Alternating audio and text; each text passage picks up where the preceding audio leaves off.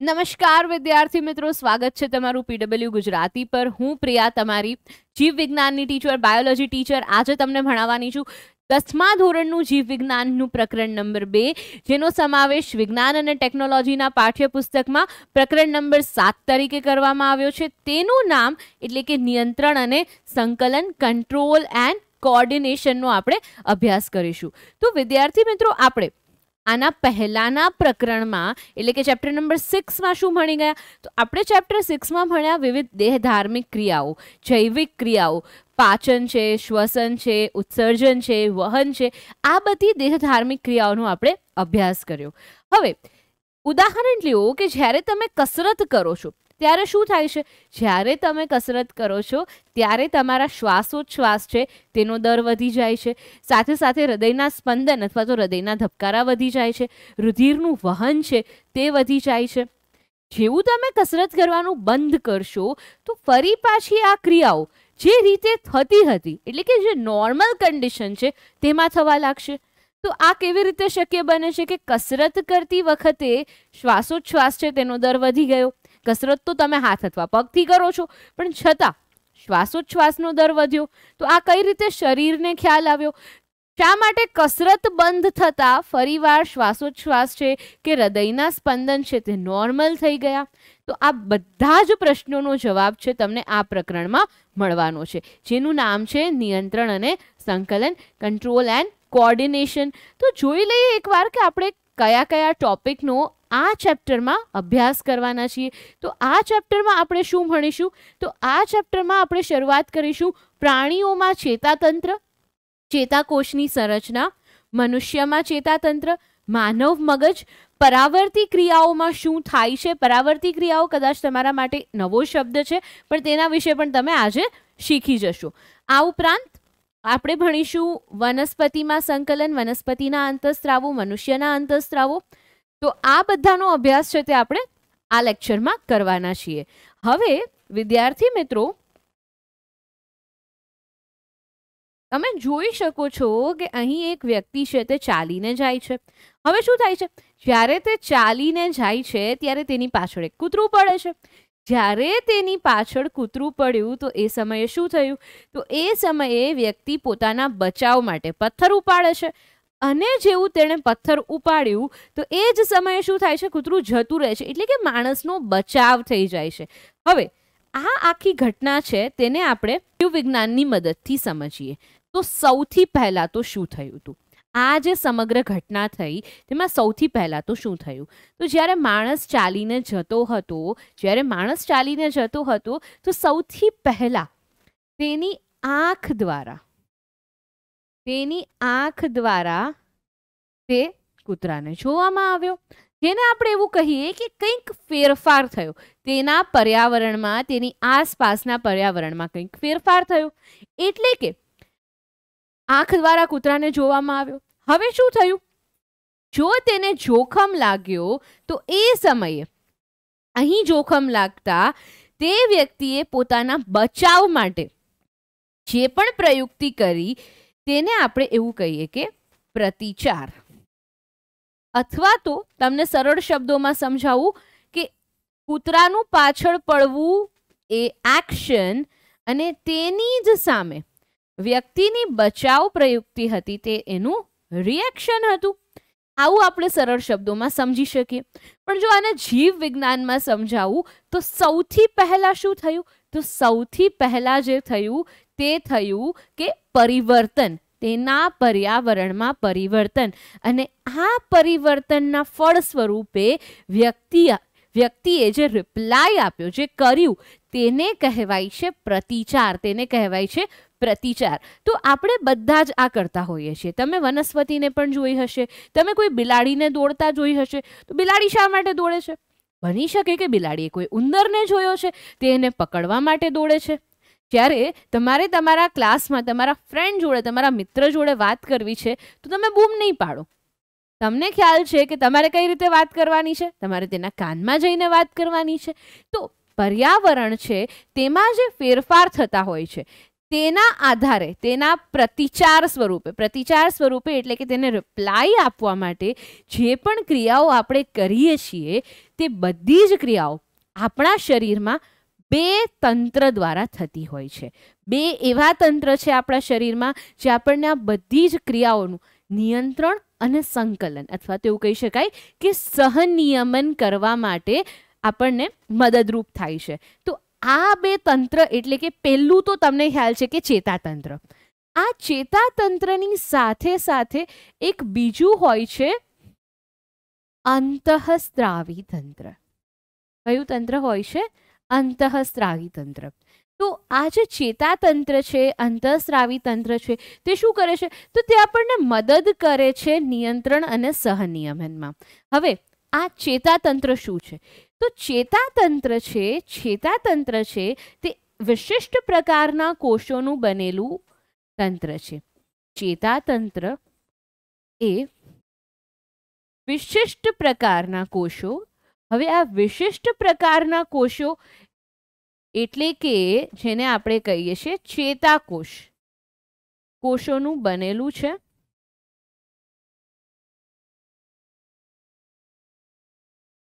જે ઉર્મી વેગોના વહનનું કાર્ય કરે છે.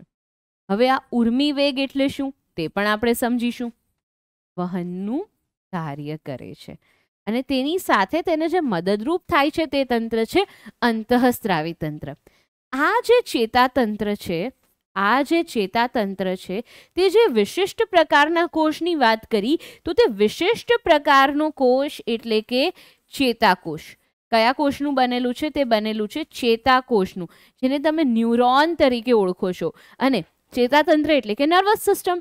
તો જે આ નર્વસ સિસ્ટમ છે તે શેની બનેલી છે? તે બનેલી છે ચેતાકોષની. ચેતાકોષને આપણે કયા નામથી ઓળખીએ છીએ? તો ચેતાકોષને આપણે ન્યુરોન પણ કહીએ છીએ. અને આ જ ચેતાકોષ છે તે ચેતાતંત્રનો રચનાત્મક અને ક્રિયાત્મક એકમ છે. એટલે કે સૌથી પહેલા તો તે શેનાથી બનેલું છે? ચેતાકોષથી જ બનેલું છે. કાર્ય પણ કોણ કરે છે? તો કે ચેતાકોષ જ કરે છે. તો જે ચેતાકોષ છે તે ચેતાતંત્રનો રચનાત્મક અને ક્રિયાત્મક એકમ છે. ચેતાતંત્રનો રચનાત્મક અને ક્રિયાત્મક એકમ છે.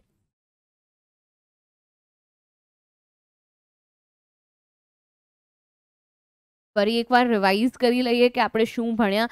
આપણે શરૂઆત કરી નિયંત્રણ અને સહનિયમનથી. સહનિયમન છે, સંકલન છે, તેનો અર્થ એ જ થાય છે કે જ્યારે બે કે તેથી વધુ અંગ કે તંત્ર એકબીજાના પૂરક બનીને કાર્ય કરે છે. ફરી એ જ ઉદાહરણ ઉપર જઈએ આપણે. તમે કસરત કરો છો, ઓક્સિજનની જરૂરિયાત વધી છે, શ્વાસોચ્છ્વાસનો દર વધારવામાં આવ્યો છે, હૃદયના સ્પંદન વધ્યા છે. તો અહીંયા શું થાય છે? બે તંત્ર વચ્ચે એક તો તમારું જે સ્નાયુઓનું જે બનેલું તંત્ર છે, જે કાર્ય કરે છે, જે કસરત કરે છે, અને તેને જ્યારે વધારે ઉર્જાની જરૂર છે, મતલબ કે તેને વધારે ઓક્સિજન જોશે, તો આ ઓક્સિજન ક્યાંથી પૂરો પાડવામાં આવશે? ઓક્સિજન પૂરો પાડવામાં આવશે રુધિરાભિસરણ તંત્ર દ્વારા. તમારે શ્વાસોચ્છ્વાસ છે તેની ગતિ વધારવી પડશે. તો જે આ બે તંત્ર છે, આ બે તંત્ર એકબીજાના પૂરક બનીને કાર્ય કરે છે. તો જ્યારે આ ક્રિયાઓ થતી હોય છે તો તેને સહનિયમન તરીકે ઓળખવામાં આવે છે. તો જ્યારે બે તંત્ર એકબીજાના પૂરક બનીને કાર્ય કરે, જ્યારે બે તંત્ર બે કે તેથી વધુ અંગ કે તંત્ર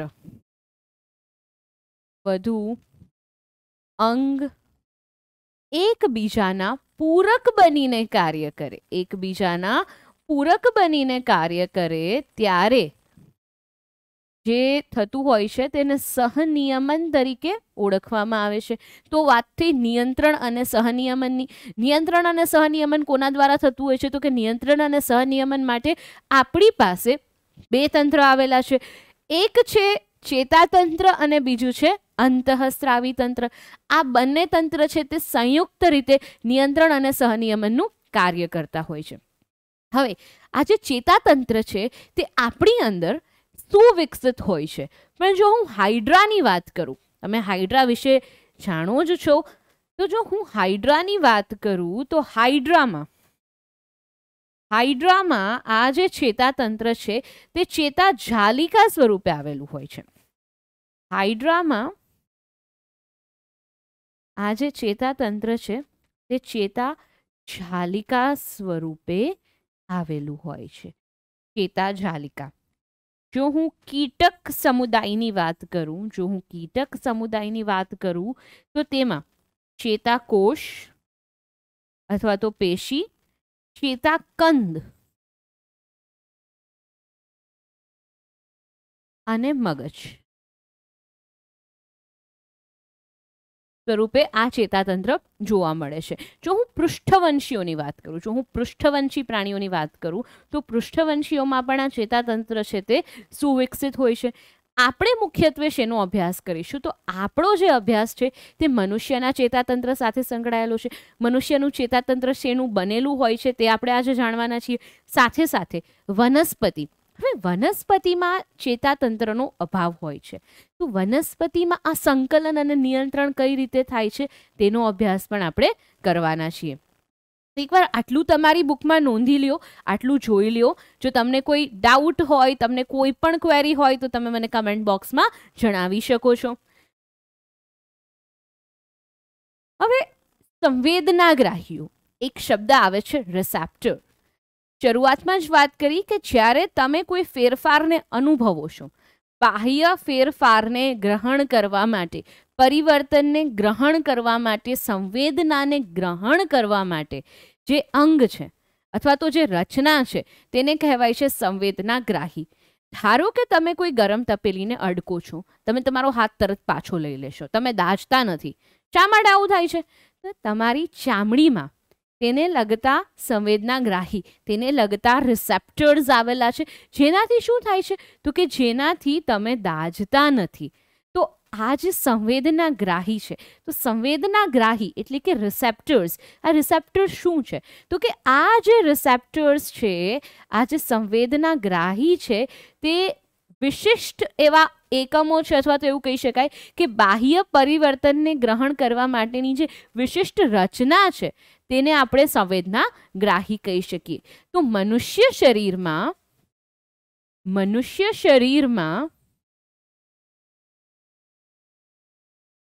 બાહ્ય પરિવર્તનને ગ્રહણ કરવા માટેની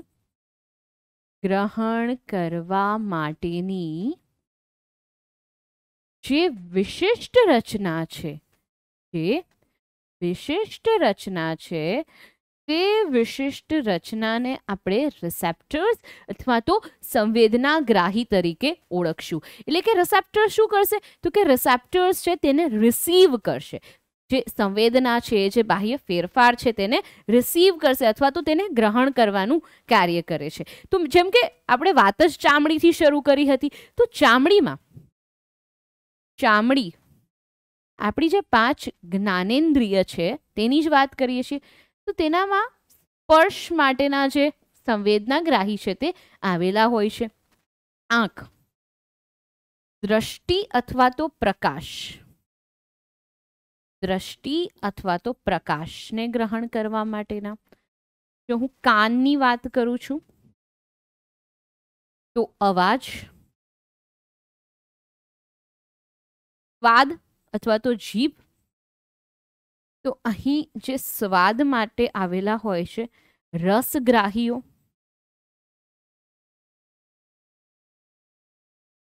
સ્પર્શગ્રાહી, દ્રષ્ટિગ્રાહી. અહીંયા તમે શ્રવણગ્રાહી એવું પણ લખી શકો છો, જે અંતઃકરણમાં હોય છે. અને ત્યારબાદ વધે છે એક નાક. કોઈ પણ ગંધ છે, ઘ્રાણગ્રાહી તરીકે તેને ઓળખવામાં આવે છે. તો આ કશું જ નથી, આ રિસેપ્ટર્સ છે જે સંવેદનાગ્રાહી છે. કોઈ પણ બાહ્ય પરિવર્તનને ગ્રહણ કરવા માટે જે વિશિષ્ટ રચના આવેલી છે તેને આપણે સંવેદનાગ્રાહી તરીકે ઓળખીએ છીએ, તેને આપણે રિસેપ્ટર્સ તરીકે ઓળખીએ છીએ. તો આ જે 5 રિસેપ્ટર્સ છે તમને અહીં દેખાઈ પણ રહ્યા છે. એકવાર જોઈ લઈએ. આ છે ચામડી, સ્પર્શ માટે. અહીં પણ એક નોંધ લખીએ છીએ, સ્પર્શ માટે. બરોબર છે. ત્યારબાદ આગળ વધીએ. આંખ, તો કે આંખમાં જે આવેલા છે તે છે દ્રષ્ટિ માટે, દ્રષ્ટિ અથવા તો પ્રકાશ માટે. ત્યારબાદ આગળ વધીએ જીભ તરફ. જીભમાં જે આવેલા છે તે આવેલા છે રસગ્રાહી, જે તમને સ્વાદ પારખવામાં મદદ કરે છે. ત્યારબાદ આપણે આગળ વધીશું અને જોઈશું કાન. શ્રવણને લગતા કેન્દ્ર છે શ્રવણ. અને ત્યારબાદ નાક. નાકમાં જે આવેલા છે તે ગંધ માટે, અથવા તો તેને તમે ઘ્રાણગ્રાહી તરીકે પણ ઓળખી શકો છો. ગંધ માટે. અહીં જે આવેલા છે તે અવાજ માટે આવેલા છે. તો અહીંયા સુધી ક્લિયર હશે કે એક વિશિષ્ટ તંત્ર આવેલું છે, તેનું કાર્ય શું છે, અને આ કાર્ય છે ક્યાંથી શરૂ થાય છે તે આપણે જોયું કે જે સંવેદનાગ્રાહી છે ત્યાંથી સંવેદના ગ્રહણ થાય છે. જે આ બાહ્ય ફેરફાર છે, બાહ્ય ઉત્તેજના છે તે ગ્રહણ થાય છે. તો હવે પછી આગળ શું થાય છે તેના માટે આપણે અભ્યાસ કરીશું મનુષ્યના ચેતાતંત્રનો. જેમ કે તમારો જે હાથ છે, જ્યારે તમે હાથ કોઈ ગરમ વસ્તુને અડાડો છો, તમને ગરમ લાગે છે, તમારો હાથ પાછું ખેંચાઈ જાય છે. પણ તે જે ગરમની સંવેદના છે, હાથનું પાછું ખેંચાવું, આ ક્રિયાઓ કોના દ્વારા થઈ? તો કે આ ક્રિયાઓ માટે જે એક વિશિષ્ટ તંત્ર છે તેનું નામ છે ચેતાતંત્ર. તો હવે આપણે અભ્યાસ કરીએ મનુષ્યના ચેતાતંત્રનો, પણ એ પહેલા આટલું એકવાર જોઈ જાઓ. તો હવે આપણે અભ્યાસ કરીએ મનુષ્યના ચેતાતંત્રનું. તો જે મનુષ્યનું ચેતાતંત્ર છે, જે મનુષ્યનું ચેતાતંત્ર છે, માનવ ચેતાતંત્ર છે, તે મુખ્યત્વે બે પ્રકારનું હોય છે, જેનું નામ છે મધ્યસ્થ ચેતાતંત્ર અને પરિઘવર્તી ચેતાતંત્ર. હવે આ મધ્યસ્થ ચેતાતંત્ર એટલે કે CNS, central nervous system. CNS શું છે? Central nervous system. પરિઘવર્તી ચેતાતંત્ર એટલે કે PNS, પેરિફેરલ નર્વસ સિસ્ટમ. હવે વિદ્યાર્થી મિત્રો ધ્યાનથી જોજો, જે મગજ અને કરોડરજ્જુનો જે ભાગ છે તે જે ચેતાતંત્રનો ભાગ છે તે છે CNS. એટલે કે CNS છે એમાં મગજ અને કરોડરજ્જુ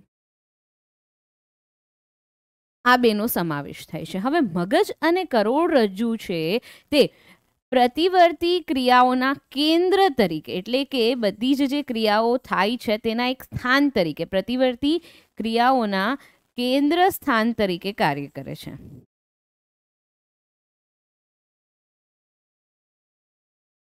જ્યારે પરિઘવર્તી ચેતાતંત્ર છે, પરિઘવર્તી ચેતાતંત્ર છે તેનું કામ શું છે? તો કે મગજ અને કરોડરજ્જુ તરફ જે સંદેશા આવે છે, અથવા તો મગજ અને કરોડરજ્જુમાંથી જે સંદેશા બધા ભાગમાં લઈ જવાના છે, શરીરના સમગ્ર ભાગ તરફ આ બધા જ સંદેશા લઈ જવાનું જે કાર્ય છે તે કોણ કરે છે? પરિઘવર્તી ચેતાતંત્ર કરે છે, અથવા તો PNS કરે છે. જો સરળ શબ્દોમાં સમજાવું તો કે જે કેન્દ્ર છે જ્યાં કાર્ય થાય છે તે છે મગજ અને કરોડરજ્જુ, જેને આપણે એવું કહી શકાય કે સેન્ટ્રલ નર્વસ સિસ્ટમ છે, મધ્યસ્થ ચેતાતંત્ર છે. તો ત્યાં બધું કાર્ય થતું હોય છે, સ્થાન છે. પણ હવે ત્યાંથી સંદેશા પહોંચાડવા તો પડશે. જેમ કે આંખ છે, તેણે કંઈક જોયું, પણ હવે તે વસ્તુને અડકવા માટે અથવા તો પ્રતિચાર સ્વરૂપે તમારા હાથના સ્નાયુઓ કાર્ય કરે છે. મારે પેન લેવી છે તો મારી આંખ જ્યારે પેન જોવે છે, પરંતુ પેન લેવા માટે કોણ કાર્ય કરે છે? મારા હાથના સ્નાયુઓ કાર્ય કરે છે. તો મારા હાથના સ્નાયુઓ સુધી આ સંદેશો કોણ પહોંચાડે છે? તો આ સંદેશો પહોંચાડવાનું કાર્ય કરે છે પરિઘવર્તી ચેતાતંત્ર. કોણ કરે છે? પરિઘવર્તી ચેતાતંત્ર. એટલે કે જે ક્રિયાઓનું કેન્દ્ર છે તે છે સ્વયંવર્તી ચેતાતંત્ર. જ્યાંથી સંદેશા પહોંચે છે, જેના દ્વારા પહોંચે છે, તે છે પરિઘવર્તી ચેતાતંત્ર. હવે પરિઘવર્તી ચેતાતંત્ર છે તેમાં તો પહેલા બે પ્રકારની ચેતાઓ આવેલી હોય છે. એક છે સંવેદી ચેતા અને બીજી છે ચાલક ચેતા. એક છે સંવેદી ચેતા અને બીજી છે ચાલક ચેતા. હવે આ સંવેદી ચેતા અને ચાલક ચેતા શું છે તેને થોડુંક સમજી લઈએ કે કેવી રીતે તે કાર્ય કરતી હોય છે. તો આ જે સંવેદી ચેતા છે તેનું કામ છે કે જે આ ગ્રાહી અંગો છે, સંવેદનાગ્રાહી અંગો છે, અથવા તો જે રિસેપ્ટર્સ છે, ત્યાંથી જે સંદેશા ક્યાં સુધી લઈ જાય છે તો કે ત્યાંથી CNS સુધી એટલે કે મગજ અને કરોડરજ્જુ સુધી સંદેશા લઈ જવાનું કાર્ય કરે છે. હવે ચાલક ચેતા શું કરશે તો કે મગજ અને કરોડરજ્જુ છે તે સંદેશા ઉપર કાર્ય કરીને કંઈક પ્રતિચાર આપશે, કંઈક રિપ્લાય આપશે. તો આ જે પ્રતિચાર રૂપના જે સંદેશા છે તેને ફરી તે સંવેદનાગ્રાહી અંગો સુધી લઈ આવવાનું કાર્ય કોણ કરે છે તો કે તે કરે છે ચાલક ચેતા. એટલે કે આ શું કરશે તો કે સંવેદનાગ્રાહી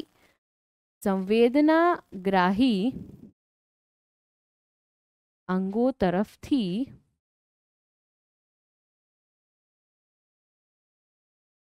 મગજ અને કરોડરજ્જુ સુધી સંદેશા લઈ જાય છે.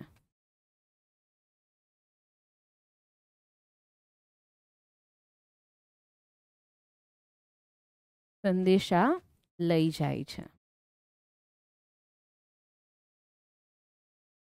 ચાલક ચેતા છે તેનું કાર્ય બિલકુલ ઉલટું છે. ચાલક ચેતા છે તેનું કાર્ય બિલકુલ ઉલટું છે. તે શું કરશે તો કે તે મગજ અને કરોડરજ્જુથી સંવેદનાગ્રાહી અંગો તરફ અથવા તો સ્નાયુ તરફ સંદેશા છે તે પાછા મોકલવાનું કાર્ય કરે છે. એટલે કે સંવેદનાગ્રાહી અંગો તરફથી મગજ અને કરોડરજ્જુ સુધી તો અહીંયા બિલકુલ ઉલટું થઈ જશે. મગજ અને કરોડરજ્જુથી ક્યાં લઈને જશે તો કે મગજ અને કરોડરજ્જુથી તે સંદેશા લઈને જશે શરીરના અંગો સુધી. મગજ અને કરોડરજ્જુથી શરીરના વિવિધ ભાગો તરફ.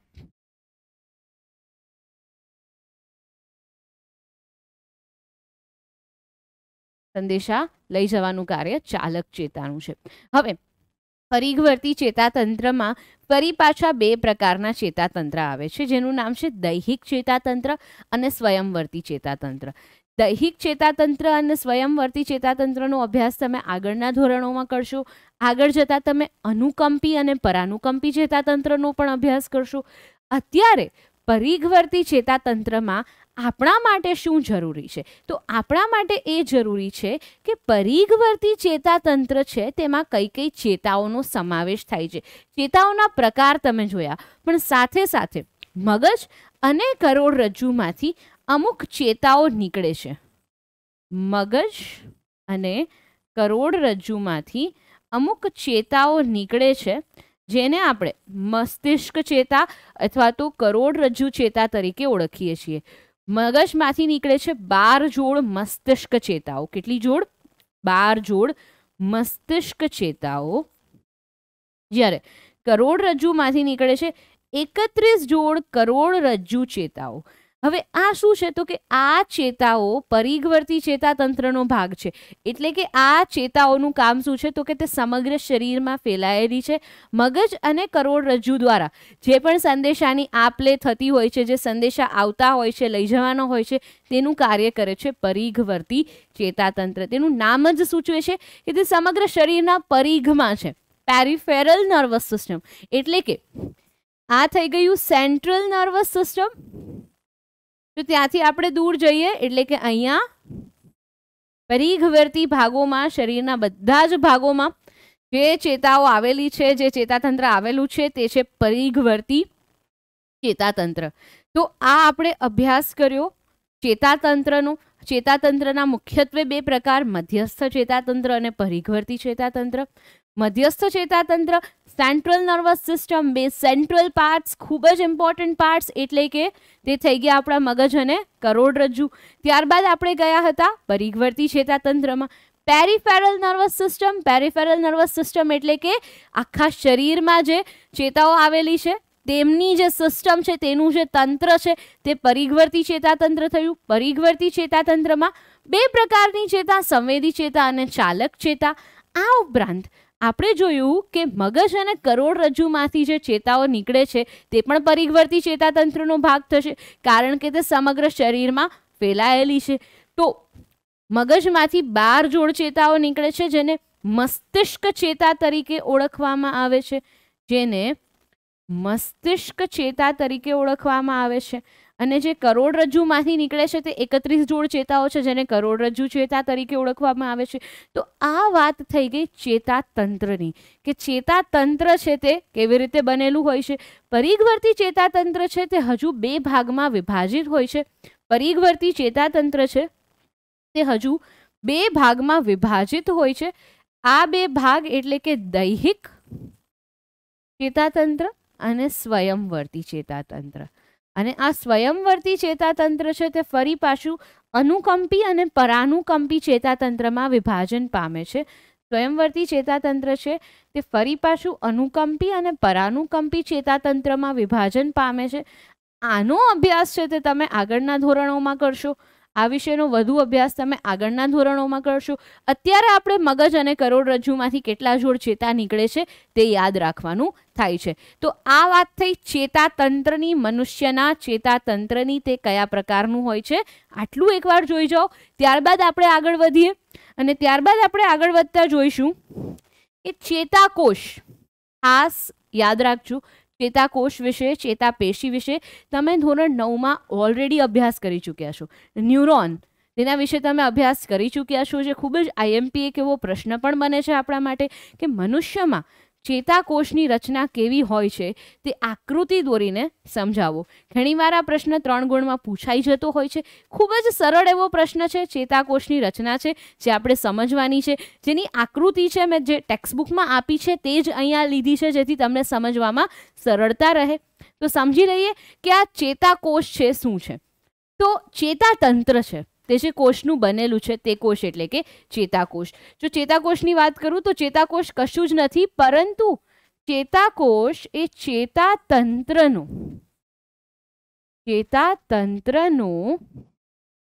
રચનાત્મક અને ક્રિયાત્મક એકમ છે. ક્રિયાત્મક એકમ છે. બરોબર. હવે આ જે ચેતાકોષ છે તેની રચના તમને અહીં દેખાડી છે.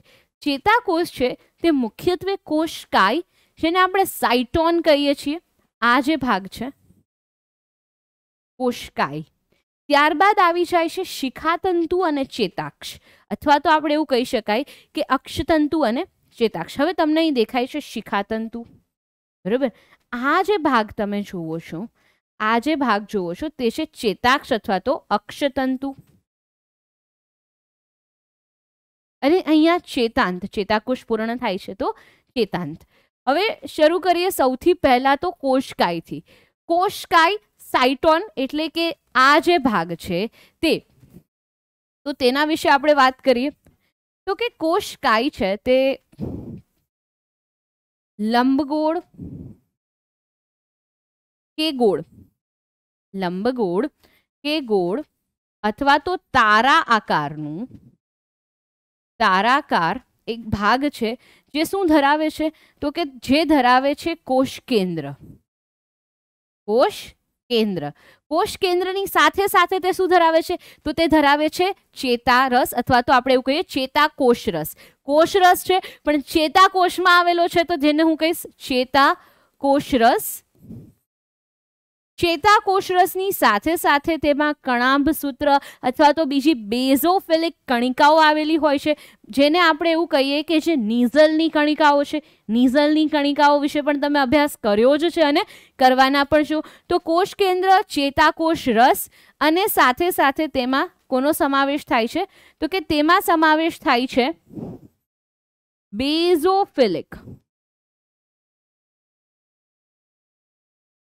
બેઝોફિલિક કણિકાઓ, જેને નીઝલની કણિકાઓ, નીઝલ્સ ગ્રેન્યુલ તરીકે ઓળખવામાં આવે છે. તો આ વાત થઈ ગઈ નીઝલની કણિકાઓની. તો જે બેઝોફિલિક છે, બેઝોફિલિક એટલે શું તો કે એવું કહી શકાય કે તેને બેઝિક અથવા તો આલ્કલી માધ્યમ વધારે ગમે છે તેવું કહી શકાય. તે માધ્યમ પ્રત્યે ફિલિક, ફિલિક અને ફોબિક આ બે શબ્દ તમે ભણશો. તો બેઝોફિલિક જે કણિકાઓ છે તેને આપણે નીઝલની કણિકાઓ પણ કહીએ છીએ. તે પણ આપણને ક્યાં જોવા મળે છે? ચેતાકોષકાયમાં જોવા મળે છે. ચેતાકોષકાય, બીજું નામ સાયટોન. કોષ કેન્દ્ર, કોષરસ અને કણિકાઓની વાત આપણે કરી ગયા. ત્યારબાદ અહીંથી જ્યારે આપણે આગળ વધીએ છીએ, આ જે ભાગ છે તે, અને બીજું અહીંયા તમે જોઈ રહ્યા છો શિખાતંતુ. હવે આ જે શિખાતંતુ છે તે શિખાતંતુનું કામ શું છે? તો આ જે શિખાતંતુ છે તે બીજા ચેતાકોષમાંથી, અથવા તો આપણે કહી શકાય કે તે સંવેદના છે અથવા તો જે સંદેશાઓ છે તેને ગ્રહણ કરે છે. તે કોને ગ્રહણ કરે છે? સંદેશાઓને ગ્રહણ કરવાનું જે કામ છે તે કોણ કરે છે? તો કે તે કામ કરે છે શિખાતંતુ. તો જે બીજો ભાગ છે તે આપણા માટે જરૂરી બની જાય છે, જેનું નામ છે શિખાતંતુ. જે પ્રવર્ધો છે, કોષકાઈ સાથે જે પ્રવર્ધો જોડાયેલા છે,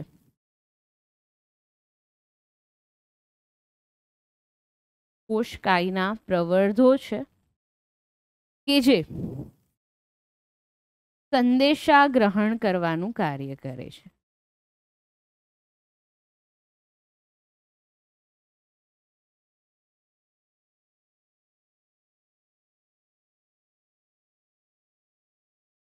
કાર્ય કરે છે.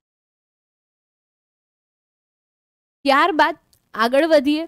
હવે જે આ ભાગ છે ચેતાક્ષ, ત્રીજો જે ભાગ છે તે આપણે ભણવાનો છે તે છે ચેતાક્ષ. હવે શું થશે? એક સરળ રીતે સમજીએ કે અહીંયાથી સંદેશો આવ્યો. હવે આ સંદેશો છે તે કોષકાઈ મારફતે ક્યાં જશે? તો તે સંદેશો જશે ચેતાક્ષમાં. તે સંદેશો ક્યાંથી પસાર થાય છે? તે સંદેશો પસાર થાય છે ચેતાક્ષમાંથી. તો આ ચેતાક્ષ છે તેનું કામ શું છે? તે શેનું બનેલું છે? તો આ જે ચેતાક્ષ છે, જે અક્ષતંતુ છે જેને તમે કહો છો, તો તેનું કામ, અને તેને આપણે અહીંયા લખી લઈએ ચેતાક્ષ, અથવા તો જેને તમે અક્ષતંતુ પણ કહ્યું છે.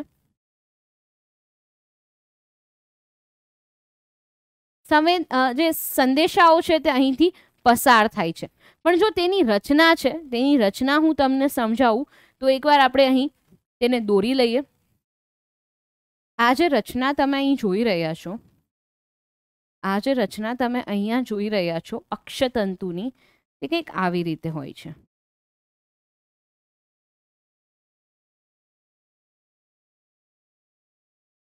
કંઈક આવી રચના હોય છે. હવે શ્વાનનો સેલ અહીં આવેલો હોય છે. સાથે સાથે આ જે ભાગ તમને દેખાય છે, આ જે ભાગ તમને દેખાય છે તે ભાગ છે રેનવીયરની ગાંઠ.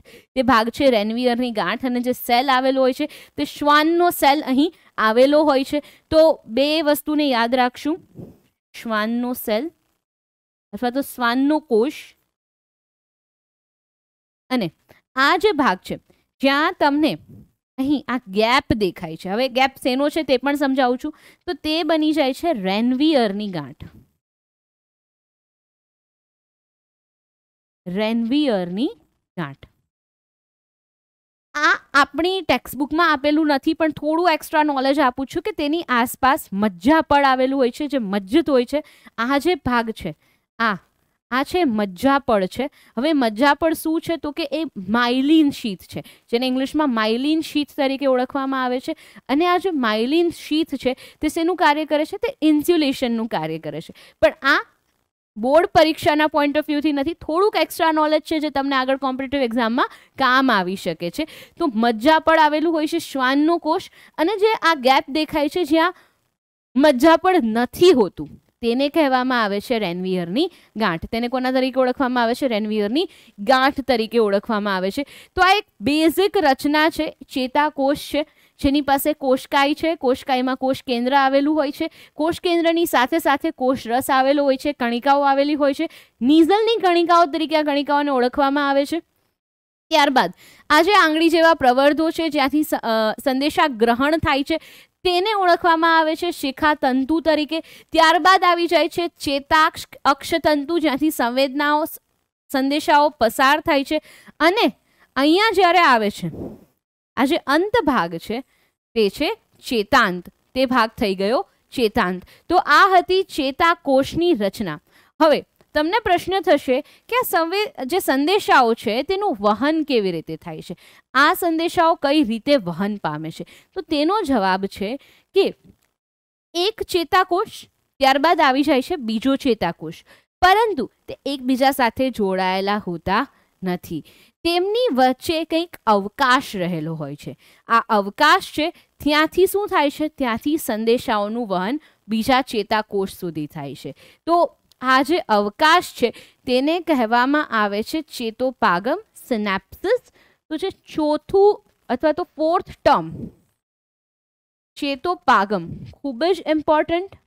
સિનેપ્સિસ, ચેતોપાગમ, બે ચેતાકોષ વચ્ચેનો અથવા તો ચેતાકોષ વચ્ચેનો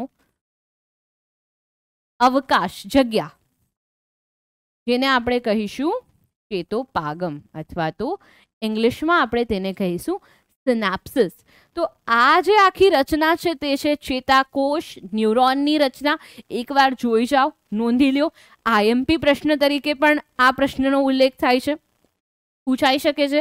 ત્યારે આકૃતિની સાથે 3 ગુણમાં પ્રશ્ન પૂછાય છે. તો સૌથી પહેલા તો ચેતાકોષ શું છે તે લખવાનું છે. ત્યારબાદ શું લખવાનું છે, તો કે ત્યારબાદ તેના જે ભાગ છે તેનું વર્ણન કરવાનું રહે છે. તો આ વાત થઈ ગઈ ચેતાકોષની. આને એકવાર જોઈ જાઓ વિદ્યાર્થી મિત્રો. હવે આપણે જોઈએ કે આ સંવેદનાઓ કે સૂચનાઓ છે તે ક્યાં ગ્રહણ થાય છે, કેવી રીતે તેનું વહન થાય છે. તો તેના માટે સૌથી પહેલા કે સંવેદનાઓ કે સૂચનાઓ ક્યાં ગ્રહણ થાય છે. હવે વિદ્યાર્થી મિત્રો, અહીં તમારી સામે ફરીવાર ચેતાકોષ છે અને તમે જોઈ શકો છો કે જે સંવેદનાઓ છે કે સૂચનાઓ છે તે ક્યાં ગ્રહણ થશે, તો તે કાર્ય શિખાતંતુનું છે. એટલે કે ટોચના ભાગે અહીં શિખાતંતુ છે તે સૂચનાઓને ગ્રહણ કરશે. હવે શું થશે, તો કે જેવું શિખાતંતુ છે તે સૂચનાઓને ગ્રહણ કરશે તે આગળ વધશે. આગળ વધશે તો કયા માર્ગે જશે, તો એ જ આપણો બીજો પ્રશ્ન છે. તો સંવેદનાઓ કે સૂચનાઓ ક્યાં ગ્રહણ થાય છે, તો કે તે ગ્રહણ થાય છે શિખાતંતુના ભાગમાં. બરોબર છે. એટલે કે અહીંયા સૂચનાઓ ગ્રહણ થઈ ગઈ. હવે ધ્યાન આપજો, આ જે સૂચનાઓ છે તે અહીંયા ગ્રહણ થયા પછી શું કરે છે, તો કે તે અહીંથી આગળ વધે છે. હવે તો તેનો માર્ગ કયો થયો, શિખાતંતુ, કોષકાય, અક્ષતંતુ અને ચેતાંતના માર્ગે આગળ વધશે. તો સૌથી જે અહીંયા સવાલ આવે છે, બીજો સવાલ, તેનો જવાબ લખીએ તો તે આગળ વધે છે સૌથી પહેલા તો શામાંથી, વિદ્યુત આવેગ સ્વરૂપે વહન પામે છે. તો તે શિખાતંતુ,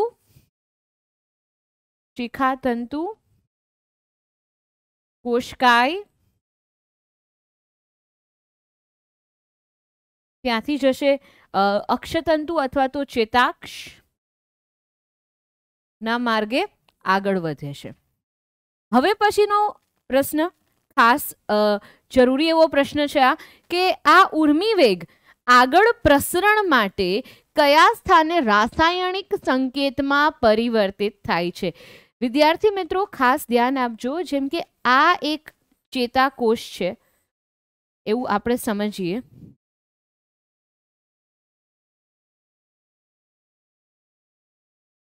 આ એક ચેતાકોષ છે તેવું આપણે સમજીએ. તો હવે શું થશે, તો કે અહીંયાથી જ્યારે સંદેશાઓ આગળ વધ્યા, અહીંથી જ્યારે ઉર્મી વેગ આગળ વધે છે, તો હવે શું થશે, તો કે આ ઉર્મી વેગ છે તે બીજા ચેતાકોષ પાસે જશે. પરંતુ બીજા ચેતાકોષ એટલે કે અહીંથી સમજીએ કે જો બીજો ચેતાકોષ શરૂ થતો હોય,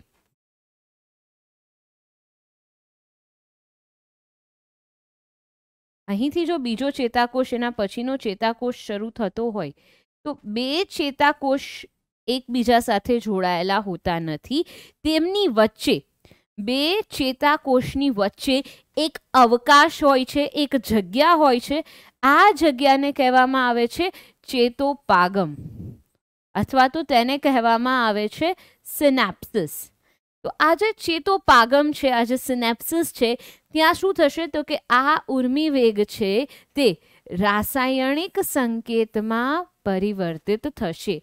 આ ઉર્મી વેગ છે તે રાસાયણિક સંકેતમાં પરિવર્તિત થશે, રાસાયણિક ફેરફાર થશે, જેના વિશે તમે આગળના ધોરણોમાં ભણશો કે કઈ રીતે રાસાયણિક ફેરફાર થાય છે. ત્યાં ન્યુરોટ્રાન્સમીટર આવેલું હોય છે. આ ન્યુરોટ્રાન્સમીટરનું કાર્ય શું છે તેના વિશે પણ તમે આગળના ધોરણમાં ભણશો. તો હવે શું થશે તો કે અહીંયા ચેતોપાગમ પાસે રાસાયણિક સંકેતમાં તે પરિવર્તન પામશે. તો આનો જવાબ થાય છે આ ઉર્મિવેગ આગળ પ્રસરણ માટે કયા સ્થાને રાસાયણિક સંકેતમાં પરિવર્તિત થાય છે? તો તે ચેતોપાગમ પાસે રાસાયણિક સંકેતમાં પરિવર્તિત થાય છે. તો અત્યારે આપણે અભ્યાસ કર્યો CNS અને PNS, central nervous system, peripheral nervous system, અને ત્યારબાદ આપણે અભ્યાસ કર્યો ચેતાકોષનો. આગળ વધીએ. ધારો કે તમે કોઈ ગરમ વસ્તુને અડકો છો તો તમે તમારો હાથ તરત પાછળ ખેંચી લો છો, અથવા તો એક શબ્દ જેને તમે ઘણી બધી વાર ઉપયોગ કરો છો કે હું પ્રતિચાર સ્વરૂપે બસમાંથી કૂદી ગયો, મેં પ્રતિચાર સ્વરૂપે મારો હાથ પાછો ખેંચી લીધો. તો આ પ્રતિચાર એટલે કે શું? આ પ્રતિચાર શબ્દનો અર્થ શું થાય છે? પ્રતિચાર શબ્દ છે તે કેવી રીતે આ ચેપ્ટરમાં સંકળાયેલો છે, આપણે તેનો અભ્યાસ કરીએ. તો ધારો કે તમે કોઈ ગરમ વસ્તુને અડકો છો, ગરમ તપેલીને અડકો છો, તો એવો તરત જ તમે તમારો હાથ પાછળ ખેંચી લો છો. જો આ ક્રિયા છે તેને હું બહુ જ સરળતાથી તમને સમજાવું તો મારું ગરમ તપેલીને અડકવું, ત્યારબાદ શું થશે તો કે મારા મગજ સુધી સંદેશો પહોંચશે, એવું આપણે જાણી લઈએ. કારણ કે બધી જ જે ક્રિયા છે તેનું નિયંત્રણ તો મગજ કરે છે. તો મગજ સુધી સંદેશો પહોંચશે. હવે શું થશે તો કે મગજ છે તે મારા હાથના સ્નાયુઓને પાછો સંદેશો મોકલશે અને મારા હાથના સ્નાયુઓ શું કરશે? હાથ પાછો ખેંચી લેશે, અથવા તો મારો હાથ છે તે પાછો ખેંચાઈ જાય છે. પરંતુ શું આપણે જે ક્રિયા કરીએ છીએ, જે વિચારવાની ક્રિયા આપણે જોઈ, તો ખૂબ જ જટિલ છે, ખૂબ જ લાંબી છે. અને તમે જેવો ગરમ તપેલીને હાથ અડાડો છો તરત જ તમે તમારો હાથ પાછો ખેંચી લો છો. તો આમાં કઈ ક્રિયા સંકળાયેલી છે? કેવી રીતે આ ક્રિયાઓ થતી હોય છે? શું તે મગજ દ્વારા નિયંત્રિત થતી હોય છે કે કોઈ બીજું અંગ છે જ્યાંથી આ ક્રિયાઓ નિયંત્રિત થતી હોય છે? તો તેના વિશે આપણે અભ્યાસ કરીશું. તો વિદ્યાર્થી મિત્રો, હવે આપણે ભણવાના છીએ પરાવર્તી ક્રિયાઓ. પરાવર્તી ક્રિયાઓ એટલે શું? તો કે પરાવર્તી ક્રિયાઓ એટલે કે એવી ક્રિયાઓ મગજના ઐચ્છિક કેન્દ્રોની જાણ બહાર બાહ્ય ઉત્તેજના સામે દર્શાવાતા અનૈચ્છિક અને ઝડપી પ્રતિચારને પરાવર્તી ક્રિયા કહે છે. વાત કરી તેમ મગજના ઐચ્છિક કેન્દ્ર, મગજના કેન્દ્રોની જાણ બહાર કંઈક એવા કેન્દ્રો છે જે એવી ક્રિયા કરે છે જેનાથી શું થાય છે? એક પ્રતિચાર સ્વરૂપે ક્રિયાઓ થાય છે. જેમ કે અજાણતા પિન અડતા હાથ પાછળ ખેંચવો, અથવા તો અજાણતા ગરમ વસ્તુને હાથ અડકતા હાથ દૂર ખેંચી લેવો. આ કેવી રીતે થાય છે? તો સૌથી પહેલા સમજો વિદ્યાર્થી મિત્રો, ધારો કે હું કોઈ ગરમ તપેલીને અડકું છું, તો પહેલી ક્રિયા મારી એ થઈ કે મેં ગરમ તપેલીને અડ્યું. હવે ગરમ તપેલીને અડકવું જે તમે અહીં જોઈ શકો છો. એ સમયે શું થશે તો કે મારા ચામડીમાં જે ગ્રાહી એકમો છે, મારા ચામડીમાં જે ગ્રાહી એકમો છે, જે સ્પર્શગ્રાહી એકમો છે, તેને ઉષ્મા અથવા તો દર્દની અનુભૂતિ થશે. હવે શું થશે તો તરત જ આ જે સંદેશો છે, હવે રિસેપ્ટર્સ છે, જે ગ્રાહી એકમો છે, તેને કંઈક સંદેશો મળ્યો. હવે તે શું કરશે તો આ સંદેશાને આગળ પહોંચાડવામાં આવશે. યાદ કરો, આપણે ભણ્યા હતા બે ચેતાઓ, સંવેદી ચેતા અને ચાલક ચેતા. સંવેદી ચેતા છે તે શું કરશે? ગ્રાહી એકમો તરફથી CNS મગજ અને કરોડરજ્જુ તરફ આ સંદેશો લઈ જશે. તો હવે જુઓ, ગ્રાહી એકમોએ કંઈક સંદેશો આપ્યો. હવે સંવેદી ચેતાની મદદથી આ જે સંદેશો છે તે જાય છે CNS પાસે. CNS પાસે એટલે કે સેન્ટ્રલ નર્વસ સિસ્ટમમાં જ્યારે કોઈ પણ સંદેશો મગજ પાસે જશે તો એ સૌથી પહેલા પસાર થશે કરોડરજ્જુમાંથી. હવે કરોડરજ્જુનું કાર્ય શું છે? કરોડરજ્જુ પાસે જ્યારે આ સંવેદી ચેતાકોષ પહોંચે છે ત્યારે કરોડરજ્જુ દ્વારા એક પ્રતિચાર સ્વરૂપે એક સંદેશો આપવામાં આવે છે, જે અહીંથી મગજ તરફ જતો સંદેશો છે. પણ તમે અહીં જોઈ શકો છો કે આ ચાલક ચેતાકોષ જેવો કરોડરજ્જુ પાસે પહોંચે છે, એવો જ આ જે આખી ઘટના થઈ છે તેનું પૃથ્થકરણ, તેનું એનાલિસિસ કરીને તરત જ એક પ્રતિચાર સ્વરૂપે સંદેશો આપવામાં આવે છે કે ત્યાં ગરમ લાગે છે તો હાથના સ્નાયુઓએ હાથ પાછળ ખેંચી લેવો જોઈએ. તો હવે આ જે સંદેશો છે તે ક્યાંથી આવશે તો કે તે ચાલક ચેતા દ્વારા ફરીવાર હાથના સ્નાયુઓ સુધી આવશે.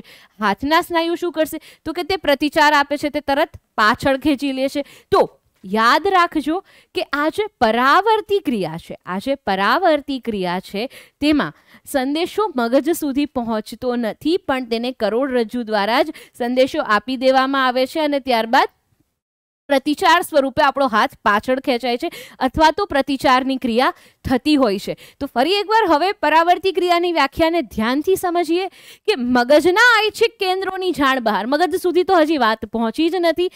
બાહ્ય ઉત્તેજના સામે, એટલે કે જે બાહ્ય ઉત્તેજના છે, જે રિસેપ્ટર્સ દ્વારા જે સંવેદના ગ્રહણ કરવામાં આવી છે તેની સામે દર્શાવાતો અનૈચ્છિક અને ઝડપી પ્રતિચાર.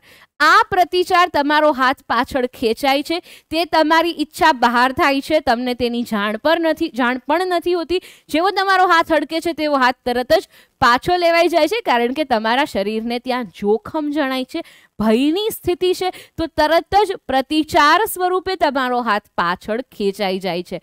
તો મગજના ઐચ્છિક કેન્દ્રોની જાણ બહાર બાહ્ય ઉત્તેજના સામે દર્શાવાતો અનૈચ્છિક અને ઝડપી પ્રતિચાર એટલે કે પરાવર્તી ક્રિયા. ફરી એકવાર આ વ્યાખ્યાને અહીંથી સમજીએ કે મગજના કોઈ જ કેન્દ્રને જાણ નથી થતી. સંવેદનાગ્રાહી એકમોએ કોઈ જોખમ અનુભવ્યું છે તો શું થશે તો સૌથી પહેલા સંવેદી ચેતા સૌથી પહેલા કામ આવી જશે. સંવેદી ચેતાનું આ જે સંવેદી ચેતા છે તે શું કરશે તો કે આ ગ્રાહી એકમો છે, રિસેપ્ટર્સ છે, ત્યાંથી સંદેશો લઈ જશે અને ક્યાં સીએનએસ એટલે કે મગજ તરફ સંદેશો લઈ જશે. પરંતુ મગજ તરફ સંદેશો લઈ જતા પહેલા કરોડરજ્જુમાં જ આ ચેતાઓ ભેગી થાય છે. હવે શું થાય છે તો કે કરોડરજ્જુ આ જે પર્ટિક્યુલર ક્રિયા છે અથવા આ જે પર્ટિક્યુલર સંવેદના છે તેને અનુલક્ષીને એક પ્રતિચાર આપે છે. હવે આ પ્રતિચાર છે, હવે શું થશે તો કે કરોડરજ્જુથી શરીરના ભાગ તરફ આવે છે, એટલે હવે કામ આવી જશે ચાલક ચેતાનું.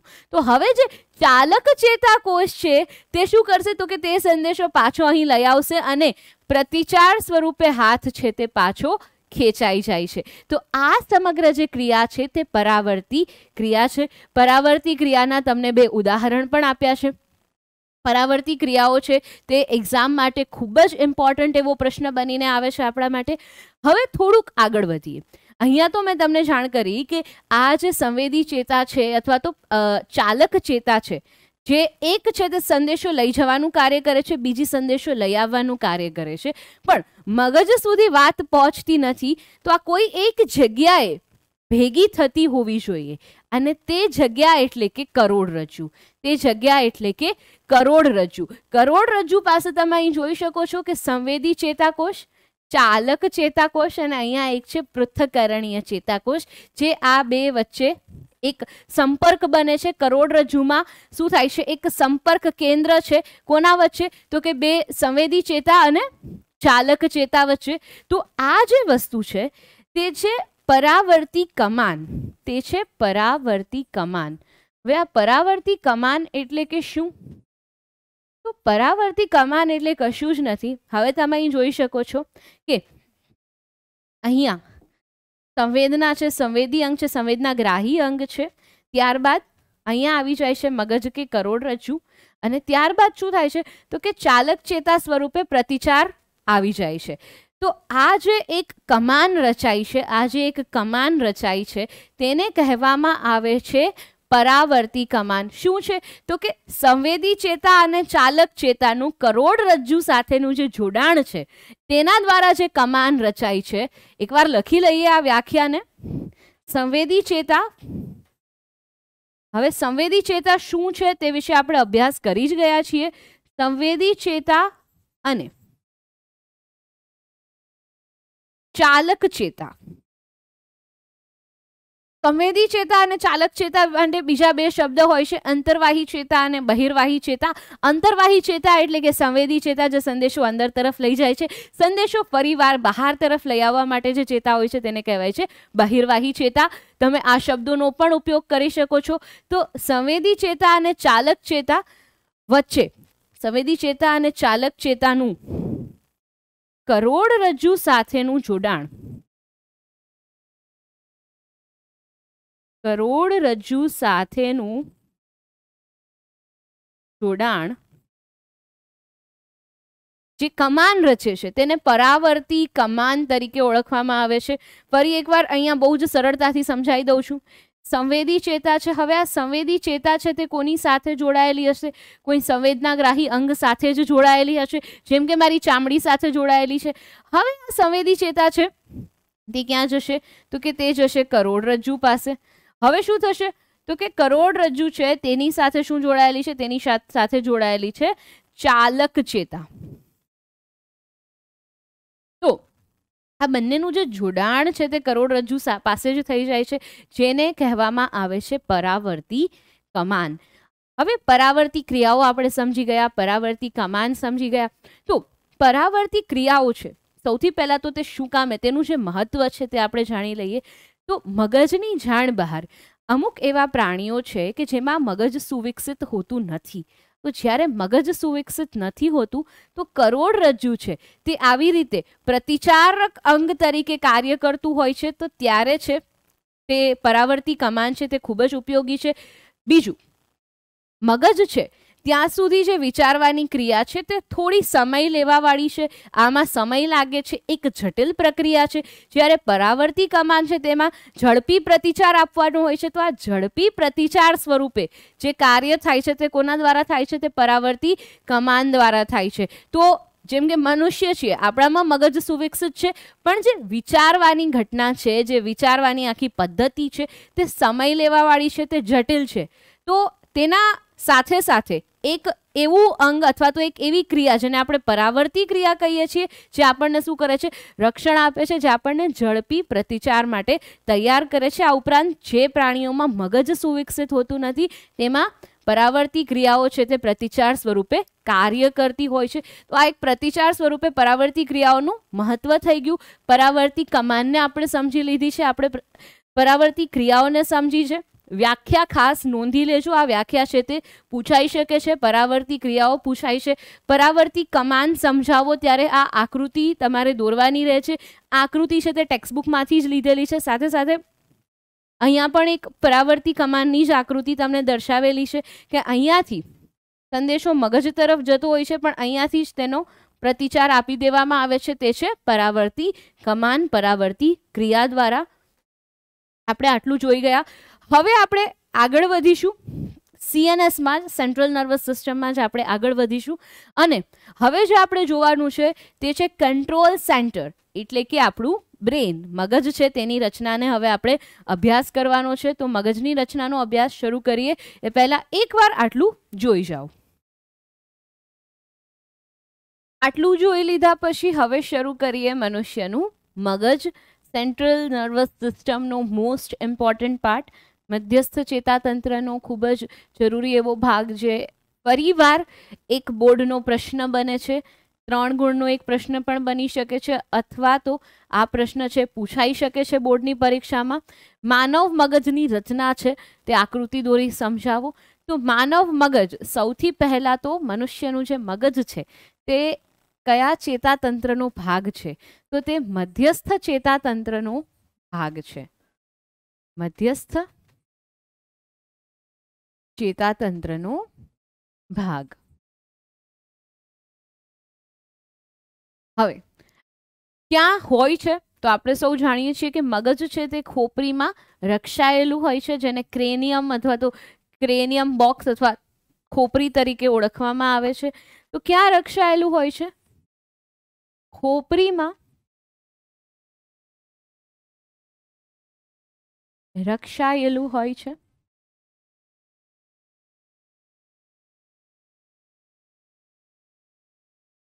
મનુષ્યનું જે મગજ છે તેનું જે વજન છે સામાન્ય રીતે 1200 થી 1400 ગ્રામ જેટલું હોય છે. 1200 થી 1400 ગ્રામ જેટલું વજન ધરાવે છે. અને થોડાક આગળ વધીએ. હવે આ જે મગજ છે તે control centre of the body છે, આપણે એવું કહી શકીએ છીએ. ખોપરીમાં રક્ષાયેલું છે, પરંતુ ત્યારબાદ પણ તેને ખોપરી અને મગજની વચ્ચે આવરણો આવેલા હોય છે. હવે આ 3 આવરણો છે, તો જે બહારનું આવરણ છે જે એકદમ મજબૂત હોય છે તેને કહેવામાં આવે છે બાહ્ય તાનિકા. વચ્ચેનું આવરણ એટલે કે મધ્યતાનિકા અને અંદરનું આવરણ એટલે કે અંતઃતાનિકા. તો આ જે 3 આવરણ છે તેની ત્યારબાદ શું હોય છે તો કે મગજની રચના છે તે શરૂ થાય છે. સાથે સાથે મસ્તિષ્ક મેરુ જળ તમે સાંભળ્યું જ હશે, અથવા તો જેને સેરેબ્રોસ્પાઇનલ ફ્લુઇડ તરીકે પણ ઓળખવામાં આવે છે. તે શું કરે છે તો કે તે યાંત્રિક આંચકા સામે રક્ષણ આપવાનું પણ કાર્ય કરે છે. તો મધ્યસ્થ ચેતાતંત્રનો ભાગ છે, ખોપરીમાં રક્ષાયેલું હોય છે, 1200 થી 1400 ગ્રામ વજન છે. આશરે એવું કહી શકાય કે 100 અબજ જેટલા ચેતાકોષો ધરાવે છે.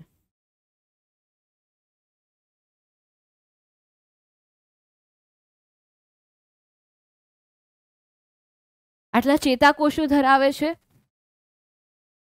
ત્યારબાદ જે 3 આવરણ છે, અંતઃતાનિકા, મધ્યતાનિકા, વચ્ચેનું જે આવરણ છે તેને મધ્યતાનિકા કહીશું. મધ્યતાનિકા આવરણ અને બાહ્યતાનિકા. જે સૌથી મજબૂત છે મસ્તિષ્કાવરણ તે છે બાહ્યતાનિકા. બહારનું જાડું અને મજબૂત આવરણ છે જે થઈ જાય છે બાહ્યતાનિકા. તો એક મગજની રચના તમે અહીંયા પણ જોઈ શકો છો, ફરીવાર પાઠ્યપુસ્તકમાંથી જ લીધેલ આકૃતિ છે. હવે મગજ છે તે 3 ભાગમાં વિભાજિત છે: અગ્ર મગજ, મધ્ય મગજ અને પછી આવે છે પશ્ચ મગજ. અગ્ર એટલે કે આગળનો જે ભાગ છે, સૌથી મોટો જે ભાગ છે તે છે અગ્ર મગજ. ત્યારબાદ આવે છે મધ્ય મગજ. મધ્ય મગજ છે તે અગ્ર મગજ અને પશ્ચ મગજને જોડવાનું કાર્ય કરે છે. ત્યારબાદ આવી જાય છે પશ્ચ મગજ, તમે જોઈ શકો છો ને. પછી અહીંથી કરોડરજ્જુની શરૂઆત થાય છે. તો ત્રણેય ભાગોને આપણે સમજી લઈએ કે અગ્ર મગજ, મધ્ય મગજ અને પશ્ચ મગજ શું કાર્ય કરે છે. તો મગજના જે 3 ભાગ છે, માનવ મગજ, અગ્ર મગજ, મધ્ય મગજ અને પશ્ચ મગજમાં વિકસિત, અથવા તો આપણે કહી શકીએ કે તેના 3 ભાગ હોય છે. અગ્ર મગજ છે તે ફરી 3 ભાગ ધરાવે છે તેવું કહી શકાય: ધ્રાણપિંડ, બૃહદ મસ્તિષ્ક ગોળાર્ધ અને આંતર મસ્તિષ્ક. હવે આ જે 3 ભાગ છે તે શું કાર્ય કરે છે તે આપણે સમજીએ. તો કે સૌથી પહેલા તો ઐચ્છિક ક્રિયાઓનું જે નિયંત્રણ છે. હવે ઐચ્છિક ક્રિયાઓ અને અનૈચ્છિક ક્રિયાઓ આપણને નામથી જ સમજાઈ જાય છે કે જે આપણી ઈચ્છા સાથે જે ક્રિયાઓ થાય છે તે ક્રિયાઓ એટલે કે ઐચ્છિક ક્રિયાઓ. આપણી ઈચ્છા અનુસાર નથી થતી તેવી ક્રિયાઓ એટલે કે અનૈચ્છિક ક્રિયાઓ. તો જે ઐચ્છિક ક્રિયાઓનું નિયંત્રણનું કેન્દ્ર છે તે ક્યાં આવેલું હોય છે? તે અગ્ર મગજમાં આવેલું હોય છે. અગ્ર મગજ છે તે મગજનો સૌથી મોટો ભાગ છે. તો અહીં હું એકવાર લખી પણ દઉં છું કે અગ્ર મગજ છે તે મગજનો સૌથી મોટો ભાગ બનાવે છે.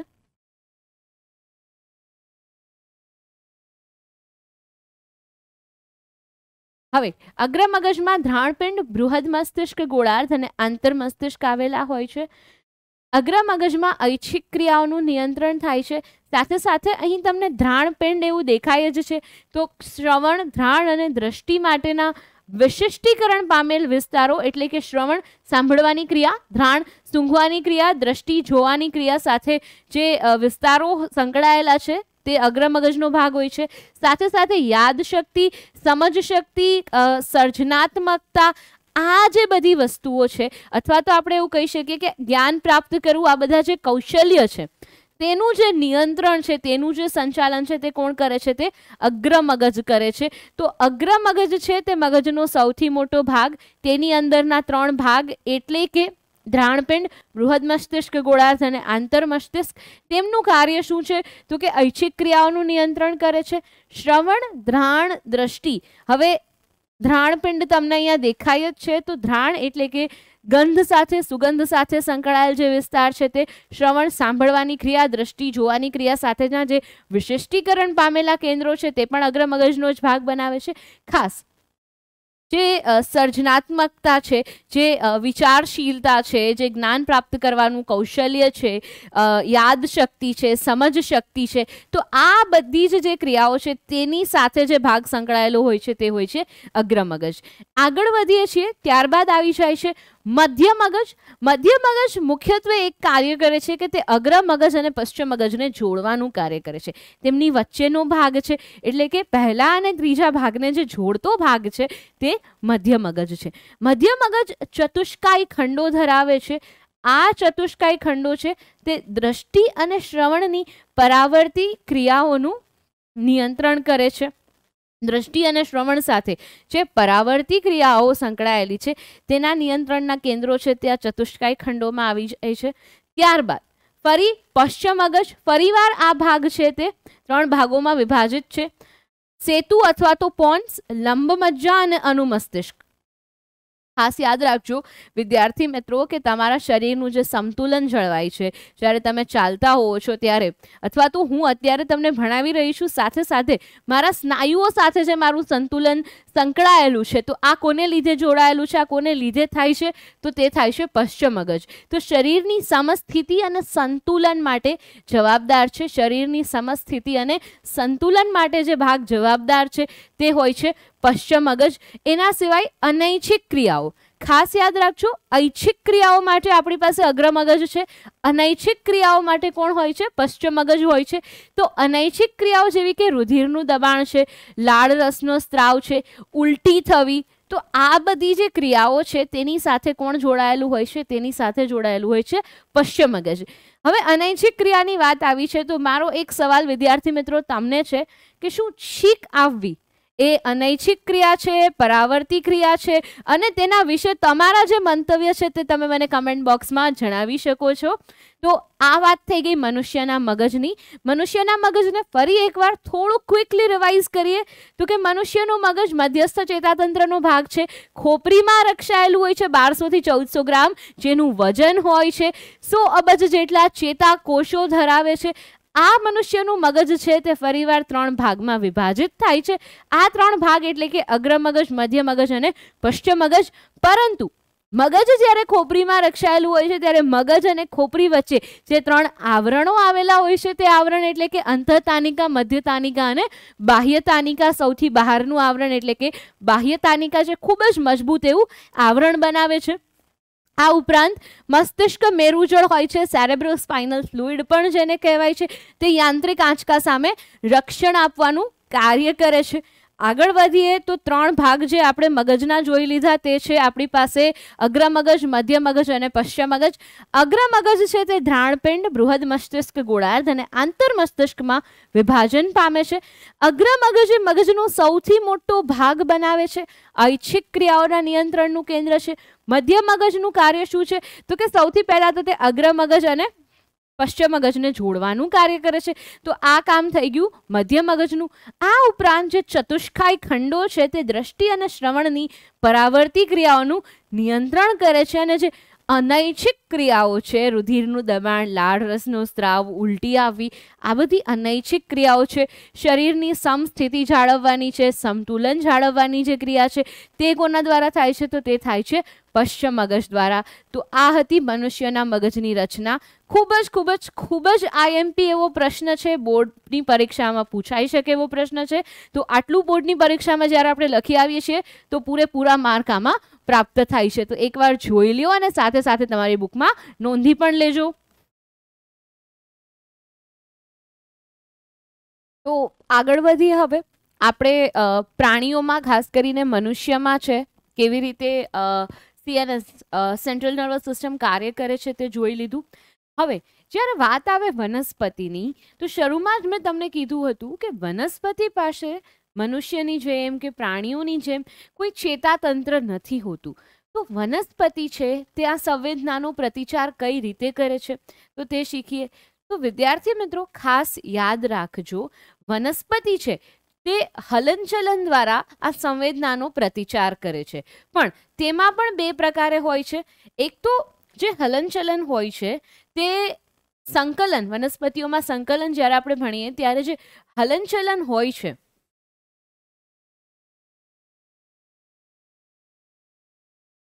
તેની દિશા મહત્વની હોય છે, સાથે સાથે વૃદ્ધિ થાય છે કે નથી થતી આ પણ જોવાનું રહે છે.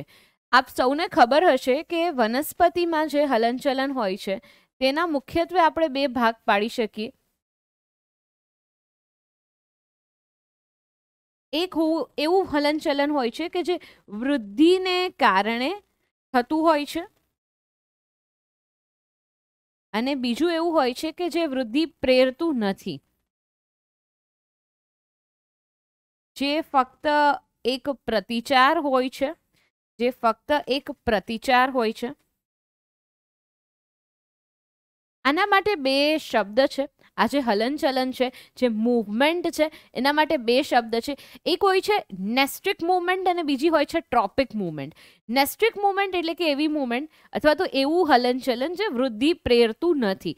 ધારો કે તમારા માટે એક શ્રેષ્ઠ ઉદાહરણ અહીંયા છે લજામણીનો છોડ. લજામણી છે તે શું દર્શાવે છે? તે થિગ્મોનેસ્ટી દર્શાવે છે. હવે આ થિગ્મોનેસ્ટી શું છે તે સમજીએ. જ્યારે તમે લજામણીના છોડને અડો છો ત્યારે શું થાય છે તે તમે જોઈ શકો છો કે સૌથી પહેલા સામાન્ય અવસ્થામાં તમને અહીં લજામણીનો છોડ દેખાડ્યો છે. તેના પર્ણોને અડક્યા બાદ પર્ણો બીડાઈ જાય છે, એટલે કે હલનચલન તો જોવા મળે છે, પરંતુ આ હલનચલન છે તે વૃદ્ધિની દિશામાં પણ નથી થતું અને તે વૃદ્ધિ પણ નથી પ્રેરતું. તો આને નેસ્ટ્રિક મૂવમેન્ટ તરીકે ઓળખવામાં આવે છે. અને સ્પર્શને કારણે થાય છે. કોના કારણે થાય છે? સ્પર્શને કારણે થાય છે. તો તેના માટે શબ્દ બની જાય છે થિગ્મોનેસ્ટી. થિગ્મોનેસ્ટી છે તે લજામણીમાં જોવા મળે છે. કેવી રીતે થાય છે તે મિકેનિઝમને થોડીક સમજીએ. તો જે લજામણી છે, સરળ ભાષામાં તમને હું સમજાવવાનો પ્રયત્ન કરું છું કે ધારો કે એક લજામણીનું પર્ણ છે અને અહીં એક વિશિષ્ટ કોષો આવેલા હોય છે. વિશિષ્ટ કોષો આવેલા હોય છે. આ કોષોને કારણે, આ કોષોમાં પાણી ભરાયેલું રહેતું હોય છે. જ્યારે આપણે સ્પર્શ કરીએ છીએ ત્યારે આ પાણી છે તેનું હલનચલન થાય છે અને કોષોના આકારમાં ફેરફાર આવે છે.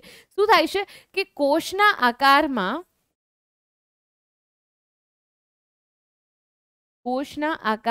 બદલાવ. અને આ જે કોષના આકારમાં બદલાવ છે, હવે શેને લીધે આવે છે? તો કે તે પાણીની હલનચલનને લીધે આવે છે. જ્યારે તમે તેને સ્પર્શ કરો છો ત્યારે એક આવેગ અથવા તો આપણે એવું કહી શકાય કે વીજ આવેગ ઉત્પન્ન થાય છે. તો હવે તેનું વહન કેવી રીતે થશે? કારણ કે ચેતાતંત્ર તો છે નહીં. તો શું થશે? તેના કારણે, તે ફેરફારના કારણે શું થશે? તો કે પાણી છે, પાણીની હલનચલન થશે. પાણીની જે હલનચલન થશે, પાણી છે તેનું પ્રસરણ એક ભાગમાંથી બીજા ભાગમાં થશે. આ પાણીના પ્રસરણને લીધે શું થશે? તો કે કોષ છે, કોષના આકારમાં શું થાય છે? બદલાવ આવે છે. અને આ કોષના આકારનો જે બદલાવ છે, તેને કારણે સ્પર્શને લીધે લજામણીના જે પર્ણ છે એ બીડાઈ જતા હોય છે. તો આ વાત થઈ ગઈ નેસ્ટ્રિક મૂવમેન્ટ, નેસ્ટ્રિક હલનચલનની. એના પછી બીજું જે એક હલનચલન છે તે પણ એવું જ હોય છે. તો તે જે હલનચલન છે તેની સાથે સાથે વૃદ્ધિ પણ થતી હોય છે. એક ચોક્કસ દિશામાં આ હલનચલન થતું હોય છે. યાદ રાખજો, જેમ કે આપણા જે હાથ છે, આંગળીઓ છે, તે અસ્તવ્યસ્ત રીતે આગળ નથી વધતા, તેની વૃદ્ધિ અસ્તવ્યસ્ત નથી હોતી, એક ચોક્કસ દિશામાં વૃદ્ધિ થતી હોય છે. તો અહીંયા પણ જે હલનચલન થાય છે તે એક ચોક્કસ દિશામાં થતું હોય છે. આ જે છે, જ્યારે તમે અહીં નેસ્ટ્રિક મૂવમેન્ટ ભણ્યા તો ત્યારે જ અહીં આવી જાય છે ટ્રોપિઝમ. આ ટ્રોપિઝમ માટેનો જે ગુજરાતી શબ્દ છે તે છે આવર્તન. કોઈ એક ભાગની વૃદ્ધિ, હલનચલનના કારણે કોઈ એક દિશામાં કોઈ એક ભાગની વૃદ્ધિ થાય છે, જેને આપણે આવર્તન તરીકે ઓળખીએ છીએ, જેને આપણે ટ્રોપિક મૂવમેન્ટ તરીકે, ટ્રોપિઝમ તરીકે પણ ઓળખી શકીએ છીએ, કે જેની સાથે સાથે વૃદ્ધિ સંકળાયેલી હોય છે. જ્યારે નેસ્ટ્રિક મૂવમેન્ટ છે, નેસ્ટ્રિક હલનચલન છે, તેની સાથે વૃદ્ધિ સંકળાયેલી હોતી નથી. તેનું શ્રેષ્ઠ ઉદાહરણ એટલે કે લજામણી. આપણે જોયું કે પાણીનું જે પ્રસરણ છે તેના કારણે કોષના આકારમાં બદલાવ આવે છે. કોષના આકારમાં બદલાવ આવે છે પાણીના પ્રસરણને કારણે. પાણીનું પ્રસરણ શા માટે થાય છે? તો કે જ્યારે તમે એને અડો છો, જ્યારે તમે તેને સ્પર્શ કરો છો, ત્યારે તેમાં એક વીજ આવેગ ઉત્પન્ન થાય છે અને એના કારણે શું થાય છે? પાણીનું પ્રસરણ થાય છે. પાણીનું પ્રસરણ થતાં કોષના આકારમાં બદલાવ આવે છે અને હલનચલન છે તે જોવા મળે છે, પરંતુ તે વૃદ્ધિ સાથે સંકળાયેલું નથી, માટે તે નેસ્ટિક મૂવમેન્ટ છે. તેને આપણે નેસ્ટિક મૂવમેન્ટ તરીકે ઓળખાવી શકીએ. આગળ વધીએ છીએ. જે હલનચલન છે તે વૃદ્ધિ સાથે સંકળાયેલું છે, જેને આપણે આવર્તન કહીએ છીએ, ટ્રોપિક મૂવમેન્ટ કહીએ છીએ. તો આ ટ્રોપિક મૂવમેન્ટ છે તે વૃદ્ધિ સાથે સંકળાયેલી છે, એક ચોક્કસ દિશામાં થતી હોય છે. તો હવે આપણે તેનો અભ્યાસ કરીશું. તો તમે જોયું હશે કે વનસ્પતિના જે મૂળ છે, વનસ્પતિના જે મૂળ છે તે કોઈ એક ચોક્કસ દિશામાં જ શું થાય છે? વૃદ્ધિ પામે છે. તમે એક પ્રવૃત્તિ પણ કરી શકો છો કે તમે જ્યારે એક અંધારા ઓરડામાં એક વનસ્પતિને રાખશો, એક છોડને રાખશો અને કોઈ એક તરફ બારી હશે, તો તમે જોઈ શકશો કે જે વનસ્પતિની વૃદ્ધિ થાય છે, જે વનસ્પતિની વૃદ્ધિ થાય છે તે પ્રકાશ તરફ થાય છે. હવે આનું કારણ શું છે? તો આનું કારણ પણ એ આવર્તન, જે ટ્રોપિક મૂવમેન્ટ છે તેને આપણે સમજીએ. તો વૃદ્ધિને કારણે જે હલનચલન છે તેના માટેનો જે શબ્દ છે તે છે આપણી પાસે આવર્તન. જો તમને અહીં દેખાડતું પણ હશે, ભૂ આવર્તન લખેલું છે. આવર્તન અને બીજો એક અંગ્રેજી શબ્દ છે ટ્રોપિઝમ. ટ્રોપિક મૂવમેન્ટ તરીકે તેને ઓળખવામાં આવે છે. ધારો કે વનસ્પતિના જે મૂળ છે, વનસ્પતિના જે મૂળ છે તે આ રીતે કંઈક ગતિ કરે છે, આ રીતે આમ આગળ વધતા હોય છે, બરાબર. તો વનસ્પતિના જે મૂળની ગતિ છે, વનસ્પતિના જે મૂળની ગતિ છે, સૌથી પહેલા તો તે ક્યાં થતી હોય છે? તો તે જમીન તરફ થતી હોય છે. જમીન એટલે કે ભૂ તરફ થતી હોય છે. બીજું પાણી, જે દિશામાં તેને પાણી મળશે, ધારો કે અહીં તેને પાણી મળે છે, તો તે પાણી તરફ શું કરે છે?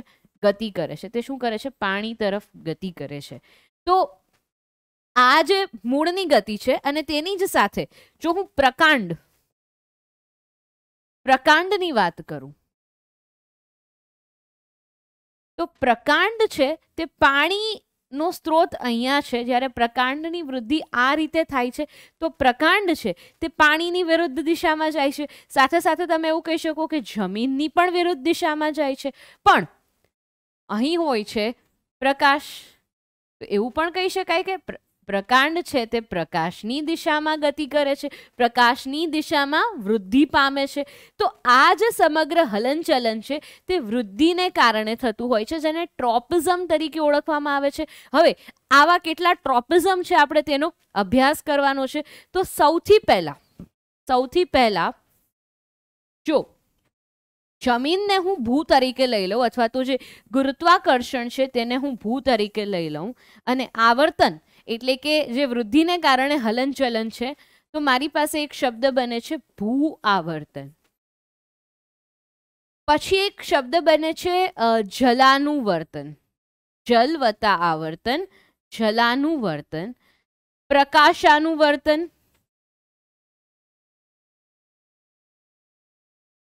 સંધિ છૂટી પાડતા પ્રકાશ વત્તા આવર્તન, જલ વત્તા આવર્તન અને ભૂ એટલે કે ગુરુત્વાકર્ષણ સાથેનું આવર્તન. હવે આ જે આવર્તન છે તેનો આપણે મૂળ અને પ્રકાંડમાં અભ્યાસ કરીએ.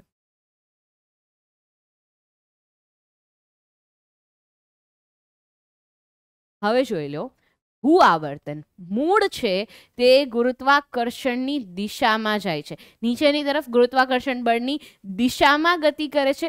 તો એનો મતલબ એમ થયો કે મૂળ છે તે ધન ભૂ આવર્તન દર્શાવે છે. ધન ભૂ આવર્તન, પોઝિટિવની સાઇન. પણ પ્રકાંડ છે, પ્રકાંડની વૃદ્ધિ કેવી હોય છે? પ્રકાંડની વૃદ્ધિ છે તે ઉપરની તરફ ગુરુત્વાકર્ષણની વિરુદ્ધ દિશામાં હોય છે. તો તે કેવું દર્શાવે છે? ઋણ.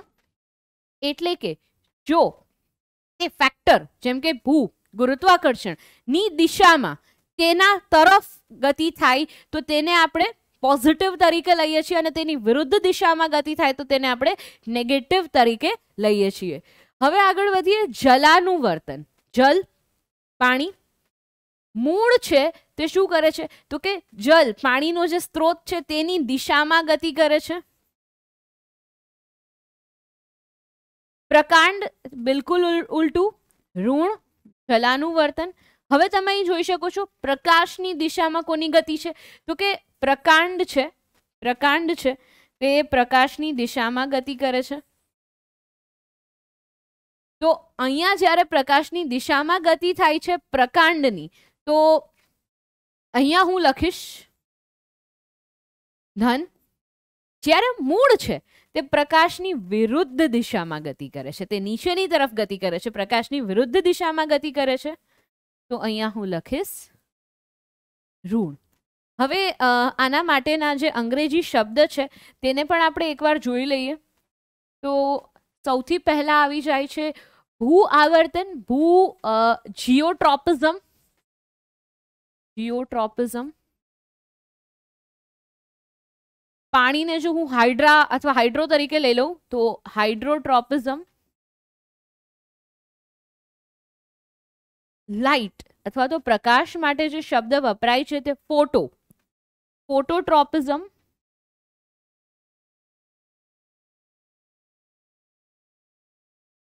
ફોટોટ્રોપિઝમ છે.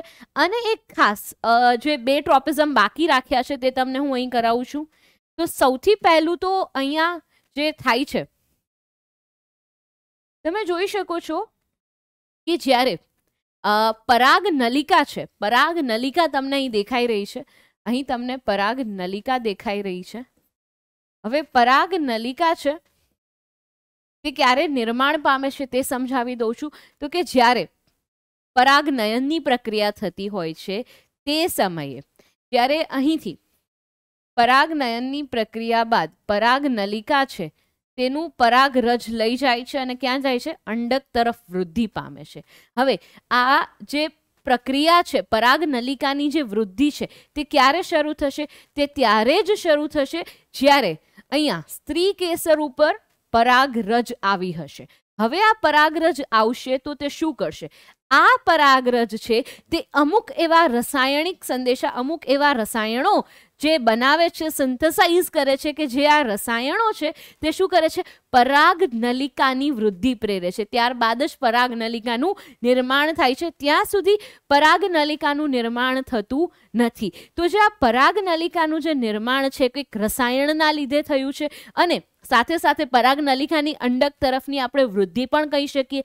તો આ જે પ્રક્રિયા છે તેને કહેવાય છે રસાયણાનું વર્તન, અથવા તો તેને તમે કીમોટ્રોપિઝમ, કેમોટ્રોપિઝમ તરીકે ઓળખી શકો છો.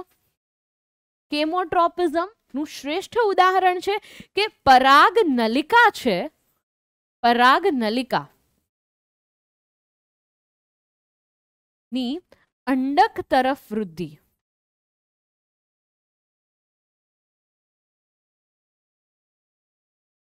આ કીમોટ્રોપિઝમનું ઉદાહરણ છે. પોઝિટિવ કેમોટ્રોપિઝમ દર્શાવે છે. તમે જોઈ શકો છો કે સૌથી પહેલા સ્ત્રી કેસર ઉપર પરાગરજનું આવવું જરૂરી છે. પરાગરજ આવ્યા બાદ જ શું થશે વિદ્યાર્થી મિત્રો? પરાગ નલિકાની વૃદ્ધિ શરૂ થશે.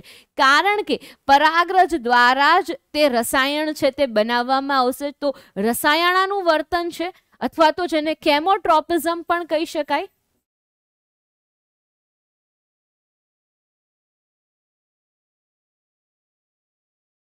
રસાયણને લીધે જે આવર્તન થાય છે, જે વૃદ્ધિ થાય છે, કેમોટ્રોપિઝમ છે તે પરાગ નલિકાની અંડક તરફની વૃદ્ધિ છે. પરાગ નલિકાની અંડક તરફની વૃદ્ધિ દર્શાવે છે. ત્યારબાદ તમે વટાણાના છોડમાં જોયું હશે કે વટાણાના જે ટેન્ડ્રલ્સ હોય છે, અથવા તો જે વટાણામાં જે લીલા કલરનો તંતુ જેવો ભાગ હોય છે, તો તે જ્યારે વૃદ્ધિ પામે છે તો તે ક્યાં વૃદ્ધિ પામે છે? જ્યાં તેને એક સપોર્ટ, એક આધાર મળે છે. તો આધાર તરફ તે વૃદ્ધિ પામતો હોય છે. તો આ જે આધાર તરફની વૃદ્ધિ છે, આ જે તંતુઓની આધાર તરફની વૃદ્ધિ છે, તો તે એક વૃદ્ધિ તો છે એટલે આવર્તન તો થયું, પણ આધાર એટલે કે સ્પર્શને કારણે થાય છે. તો આને થિગ્મોટ્રોપિઝમ તરીકે પણ ગણી શકાય. વટાણામાં જે જોવા મળે છે તે શું જોવા મળે છે? થિગ્મોટ્રોપિઝમની ઘટના છે તે જોવા મળે છે. થિગ્મોટ્રોપિઝમ. ટ્રોપિઝમનો અર્થ બહુ જ સરળ છે. ટ્રોપિઝમનો અર્થ બહુ જ સરળ છે કે વૃદ્ધિને કારણે અથવા તો વૃદ્ધિ પ્રેરિત જે હલનચલન છે, વૃદ્ધિને કારણે જે હલનચલન થાય છે તેને આપણે ટ્રોપિઝમ કહીએ છીએ, તેને આપણે ટ્રોપિઝમ કહીએ છીએ.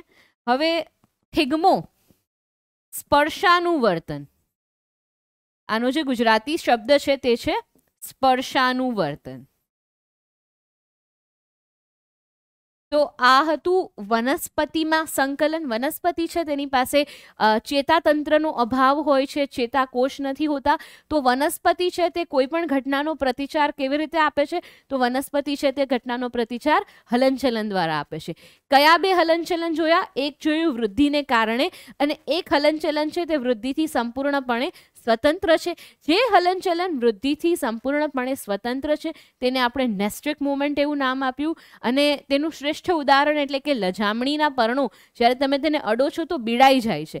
કોઈ વૃદ્ધિ નથી થતી, પાણીના પ્રસરણના કારણે આ ઘટનાઓ થતી હોય છે, પર્ણો બીડાઈ જતા હોય છે. તો તે છે તે વૃદ્ધિથી દૂર, વૃદ્ધિથી સ્વતંત્ર એવું હલનચલન છે. બીજું જે એક હલનચલન આપણે જોયું તે વૃદ્ધિને કારણે થતું હલનચલન જોયું, જેને આપણે નામ આપ્યું ટ્રોપિઝમ, આવર્તન. એ આવર્તનમાં આપણે 5 પ્રકારના આવર્તન જોઈ લીધા છે. 5 પ્રકારના આવર્તનમાં ભૂ આવર્તન, જલાનુવર્તન, પ્રકાશાનુવર્તન, મૂળ અને પ્રકાંડ. કયું આવર્તન કઈ રીતે દર્શાવે છે? જો ભૂ આવર્તન એટલે કે ગુરુત્વાકર્ષણ તરફની વૃદ્ધિ તો ધન, તેનાથી વિરુદ્ધની વૃદ્ધિ તો ઋણ. તે તરફ ટુવર્ડ્સ જે છે તેને આપણે ધન લીધું છે, તેનાથી જે દૂર છે તેને આપણે ઋણ લીધું છે. ત્યારબાદ આપણે જોયું કે કેમોટ્રોપિઝમ અને થિગ્મોટ્રોપિઝમ, સ્પર્શાનુવર્તન અને રસાયણાનુવર્તનના જે બે ઉદાહરણ છે તે આપણે જોયા. તો આ જે વાત હતી તે હતી વનસ્પતિમાં જે હલનચલન થાય છે તેની. હવે આપણે આગળ વધીએ અને વનસ્પતિમાં આ ઉપરાંત અંતઃસ્ત્રાવો છે તેનું પણ કંઈક કાર્ય હોય છે. તમે જોયું કે જ્યારે વનસ્પતિ પ્રકાશની દિશામાં વૃદ્ધિ કરે છે તો આ સમયે શું થાય છે? આ સમયે વિદ્યાર્થી મિત્રો એક અંતઃસ્ત્રાવ જેનું નામ છે ઓક્સિન, એક અંતઃસ્ત્રાવ જેનું નામ છે ઓક્સિન. આ ઓક્સિન છે તે અહીંથી પ્રકાશ તરફ શું પ્રેરે છે? વનસ્પતિની વૃદ્ધિ પ્રેરે છે. હવે તે પોતે ક્યાં હોય છે? તો તે તેની વિરુદ્ધ દિશામાં હોય છે. તે ક્યાં હોય છે? તેની વિરુદ્ધ દિશામાં હોય છે. અને અહીંથી તે શું કરે છે? તે વૃદ્ધિ પ્રેરતું હોય છે. એટલે કે આ રીતે તમે સમજી શકો કે જો આ તરફ કોઈ વૃદ્ધિ થતી હશે તો આ તરફના જે કોષો છે જે પ્રકાશની દિશામાં નથી ત્યાં ઓક્સિન છે તે જમા થતું હશે અને તે શું કરશે? તે કોષો છે તેને લાંબા કરે છે, તેની લંબાઈમાં વધારો કરે છે, વનસ્પતિની વૃદ્ધિ પ્રેરે છે. તો વનસ્પતિના જે અંતઃસ્ત્રાવો છે તેનો પણ આપણે અભ્યાસ કરવાનો છે. તો આગળ વધીએ છીએ. એકવાર આટલું જોઈ લેજો, નોંધી લેજો, જરૂરી એવા પ્રશ્ન છે. તો વનસ્પતિ અંતઃસ્ત્રાવ, વનસ્પતિના જે અંતઃસ્ત્રાવ છે તે તમારી સ્ક્રીન પર હાજર છે. હવે વનસ્પતિના કયા કયા અંતઃસ્ત્રાવ છે, તેનું શું કાર્ય છે તે એકવાર જોઈ લઈએ. ઓક્સિન, જિબ્રેલિન્સ, સાઇટોકાઇનિન, ઇથિલિન અને એબ્સિસિક એસિડ. વનસ્પતિમાં મુખ્યત્વે આ 5 અંતઃસ્ત્રાવ છે તેનું કાર્ય રહેલું હોય છે. આ 5 અંતઃસ્ત્રાવ છે તેના નામ યાદ રાખવા જરૂરી છે, તેના નામ યાદ રાખવા જરૂરી છે. તો હવે આપણે શરૂ કરીએ છીએ ઓક્સિનથી. ઓક્સિન છે તેનું કાર્ય શું છે? તો ઓક્સિન કોષ વિભાજન પ્રેરે છે જેથી વનસ્પતિની વૃદ્ધિ થાય છે. ઓક્સિન શું કરે છે? કોષ વિભાજન પ્રેરે છે જેનાથી વનસ્પતિની વૃદ્ધિ થાય છે. કોષની લંબાઈમાં વૃદ્ધિ માટે અને પ્રકાંડ અને ફળની વૃદ્ધિમાં પણ મદદરૂપ છે. એટલે કે ઓક્સિન એ એક એવો અંતઃસ્ત્રાવ છે જે વનસ્પતિની વૃદ્ધિ માટે જરૂરી છે, વનસ્પતિ માટે જરૂરી એવો અંતઃસ્ત્રાવ જેનું નામ છે ઓક્સિન. ત્યારબાદ જિબ્રેલિન્સ, તે પણ પ્રકાંડની વૃદ્ધિમાં મદદરૂપ એવો અંતઃસ્ત્રાવ છે. સાઇટોકાઇનિન, સાઇટોકાઇનિન મુખ્ય સ્વરૂપે ફળ અને બીજમાં મળી આવે છે વિશેષ પ્રમાણમાં. કોષ વિભાજન પ્રેરે છે. કોષ વિભાજન પ્રેરે છે એટલે કે વૃદ્ધિ પ્રેરક અંતઃસ્ત્રાવ છે.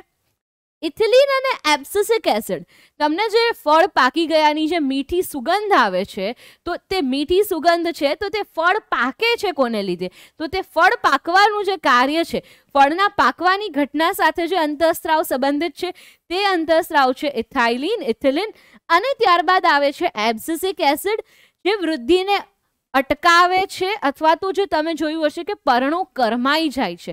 તો આ જે સમગ્ર ઘટના છે તે કોને લીધે થાય છે? તે થાય છે એબ્સિસિક એસિડને લીધે. તો આ કાર્ય થઈ ગયું વનસ્પતિ અંતઃસ્ત્રાવોનું. 5 વનસ્પતિ અંતઃસ્ત્રાવો છે જેનો તમારે અભ્યાસ કરવાનો છે, તમારે યાદ રાખવાના છે. બહુ જ સરસ રીતે તમારા પાઠ્યપુસ્તકમાં પણ આપ્યા છે. તમારી સરળતા માટે એક ટેબલ બનાવીને આપ્યું છે કે બસ આ ટેબલ છે તેને તમે યાદ રાખી લો. તો 5 અંતઃસ્ત્રાવો ઓક્ઝિન, જિબ્રેલિન, સાઇટોકાઇનિન, ઇથિલિન અને એબ્સિસિક એસિડનો આપણે અભ્યાસ કર્યો. હવે આગળ વધીએ છીએ આપણે મનુષ્યમાં. પ્રાણીઓમાં જે અંતઃસ્ત્રાવો છે તેનું શું કાર્ય હોય છે, કેવી રીતે હોય છે, અને ખાસ કરીને આપણા કોર્સમાં જે આપણે ભણવાનું છે તે છે મનુષ્યમાં અંતઃસ્ત્રાવો. તો એકવાર પહેલાં આટલું જોઈ લો, ત્યારબાદ આપણે આગળ વધીશું. પ્રાણીઓમાં અંતઃસ્ત્રાવો, તેનું કાર્ય શું છે, તે કેવી રીતે કામ કરતા હોય છે, તે બધું જ સમજીએ. આટલું જોઈ લો એકવાર. તો આ હતા વનસ્પતિ અંતઃસ્ત્રાવો. આગળ વધીએ, પ્રાણી અંતઃસ્ત્રાવોનો અભ્યાસ કરીએ. મનુષ્યમાં જે ખાસ અંતઃસ્ત્રાવી તંત્ર છે તે આપણા માટે પાર્ટ ઓફ સિલેબસ છે, ખૂબ જ ઇમ્પોર્ટન્ટ છે. તો તેનો પણ આપણે એકવાર અભ્યાસ કરી લઈએ. તો આગળ વધીએ છીએ. સૌથી પહેલાં તો પ્રાણી અંતઃસ્ત્રાવો સાથે. પ્રાણી અંતઃસ્ત્રાવોમાં ખાસ મનુષ્યના અંતઃસ્ત્રાવો ભણવાના છે. જેમ વાત કરી તેમ આપણી પાસે 2 તંત્ર છે, ચેતાતંત્ર અને અંતઃસ્ત્રાવી તંત્ર. જેમાંથી ચેતાતંત્રનો અભ્યાસ છે તે આપણે કરી લીધો. તો હવે પછી જે અભ્યાસ કરવાનો છે તે છે અંતઃસ્ત્રાવી તંત્રનું. નામથી જ ખબર પડી જાય, એન્ડોક્રાઇન સિસ્ટમ, જે અંતઃસ્ત્રાવ હોર્મોન્સ સાથે સંકળાયેલું છે તેનો અભ્યાસ કરવાનો છે. તો પહેલાં તો આ અંતઃસ્ત્રાવો છે શું, તો જાણી લઈએ કે આ અંતઃસ્ત્રાવો શું હોય છે. તો પ્રાણી અંતઃસ્ત્રાવ છે તે ચોક્કસ પ્રકારના રસાયણો છે, તે ચોક્કસ પ્રકારના રસાયણો છે. હવે આ ચોક્કસ પ્રકારના રસાયણો એટલે કે કોઈ પ્રોપર કેમિકલ કહી શકાય, પર્ટિક્યુલર કેમિકલ છે જે સ્ટેરોઇડ સ્વરૂપે હોય છે, જે પેપ્ટાઇડ સ્વરૂપે હોય છે. તો આ મોટા ભાગે ચોક્કસ પ્રકારના જે રસાયણો છે જે એક ચોક્કસ ગ્રંથિમાંથી સ્ત્રાવ પામે છે. ચોક્કસ પ્રકારના રસાયણો છે જે ચોક્કસ ગ્રંથિમાંથી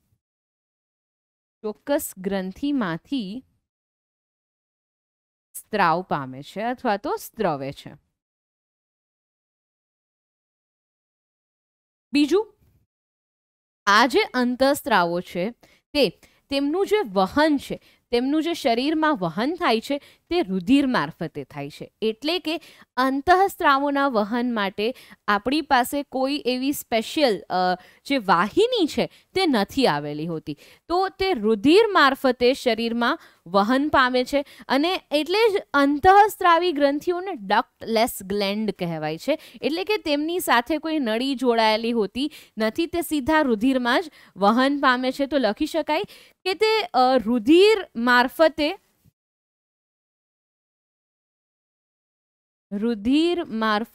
વહન પામે છે.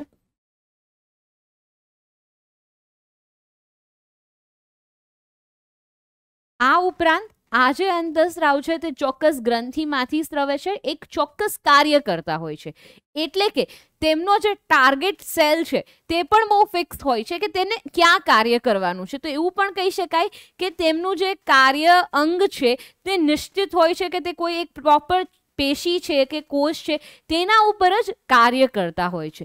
સાથે સાથે આ જે અંતઃસ્ત્રાવો છે, જો તેની માત્રા, તેનો જે સ્ત્રાવ છે એ જરૂર કરતાં વધુ અથવા ઓછો થાય તો એ સમયે શું થાય છે, જ્યારે તેનો સ્ત્રાવ જરૂર કરતાં વધુ અથવા તો ઓછો થાય તો તે આપણા માટે શરીરમાં ખામી સર્જી શકે છે. શું સર્જી શકે છે? ખામી સર્જી શકે છે. તો તેનો જરૂર કરતાં વધુ કે ઓછો સ્ત્રાવ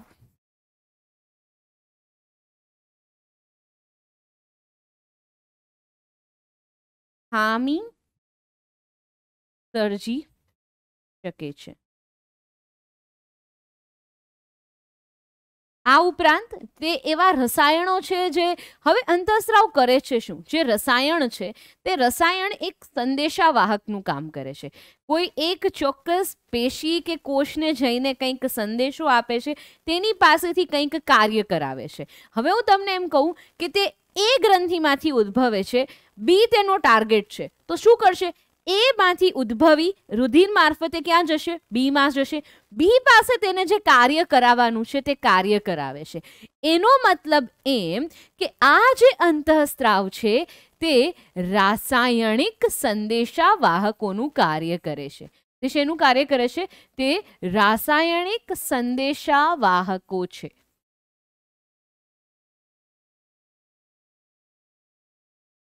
વાહકોનું કાર્ય કરે છે.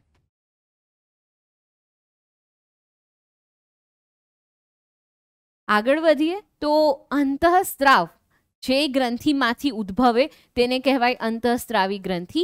અને આ અંતઃસ્ત્રાવી ગ્રંથિઓ છે તેમના દ્વારા જે તંત્ર બને છે તે તંત્ર એટલે કે અંતઃસ્ત્રાવી તંત્ર. તો આ જે અંતઃસ્ત્રાવી તંત્ર છે મનુષ્યના શરીરમાં અમુક ગ્રંથિઓ ધરાવે છે જેને આપણે અંતઃસ્ત્રાવી ગ્રંથિઓ કહીએ છીએ. આ અંતઃસ્ત્રાવી ગ્રંથિઓ છે તે અલગ અલગ અંતઃસ્ત્રાવનું નિર્માણ કરશે. દરેક અંતઃસ્ત્રાવ છે તેનું કાર્ય અલગ હોય છે. તો વન બાય વન આપણે આ બધી જ અંતઃસ્ત્રાવી ગ્રંથિઓને જોવાની છે. તો અહીં તમને દેખાડ્યું છે કે નર અને માદામાં કઈ કઈ અંતઃસ્ત્રાવી ગ્રંથિઓ આવેલી હોય છે. જે અલગ પડતી અંતઃસ્ત્રાવી ગ્રંથિઓ છે તે અંડપિંડ અને શુક્રપિંડ છે. કઈ કઈ છે? અંડપિંડ અને શુક્રપિંડ છે. એ સિવાય જે ગ્રંથિઓ છે તે કોમન છે, બંનેમાં હોય છે. તો સૌથી પહેલા જે ગ્રંથિ છે, સૌથી પહેલા જે ગ્રંથિઓ છે પિટ્યુટરી, હાઇપોથેલેમસ અને પિનિયલ, જે આવેલી હોય છે મગજના ભાગમાં, મસ્તિષ્કના ભાગમાં. તો સૌથી પહેલા આપણે શરૂ કરીએ આપણી વાત હાઇપોથેલેમસથી. એક સરસ ઉદાહરણ આપું છું. એક શાળા છે, ધારો કે એક શાળા છે અને આ જે શાળા છે તેમાં 4 ખંડ આવેલા છે, 4 ક્લાસરૂમ આવેલા છે.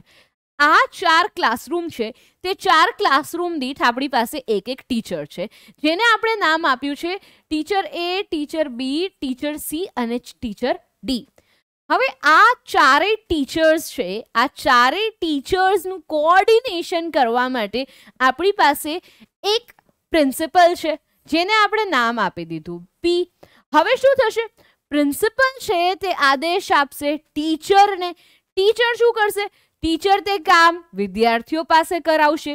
તો સરળતાથી સમજાવું તો આપણે આપણા શરીરમાં જે આ પ્રિન્સિપલનું કામ છે, જે આ પ્રિન્સિપલનું કામ છે તે કોણ કરે છે? તો તે કરે છે હાઇપોથેલેમસ. હાઇપોથેલેમસ શું કરે છે? હાઇપોથેલેમસ પિટ્યુટરી ગ્રંથિને ઓર્ડર આપે છે.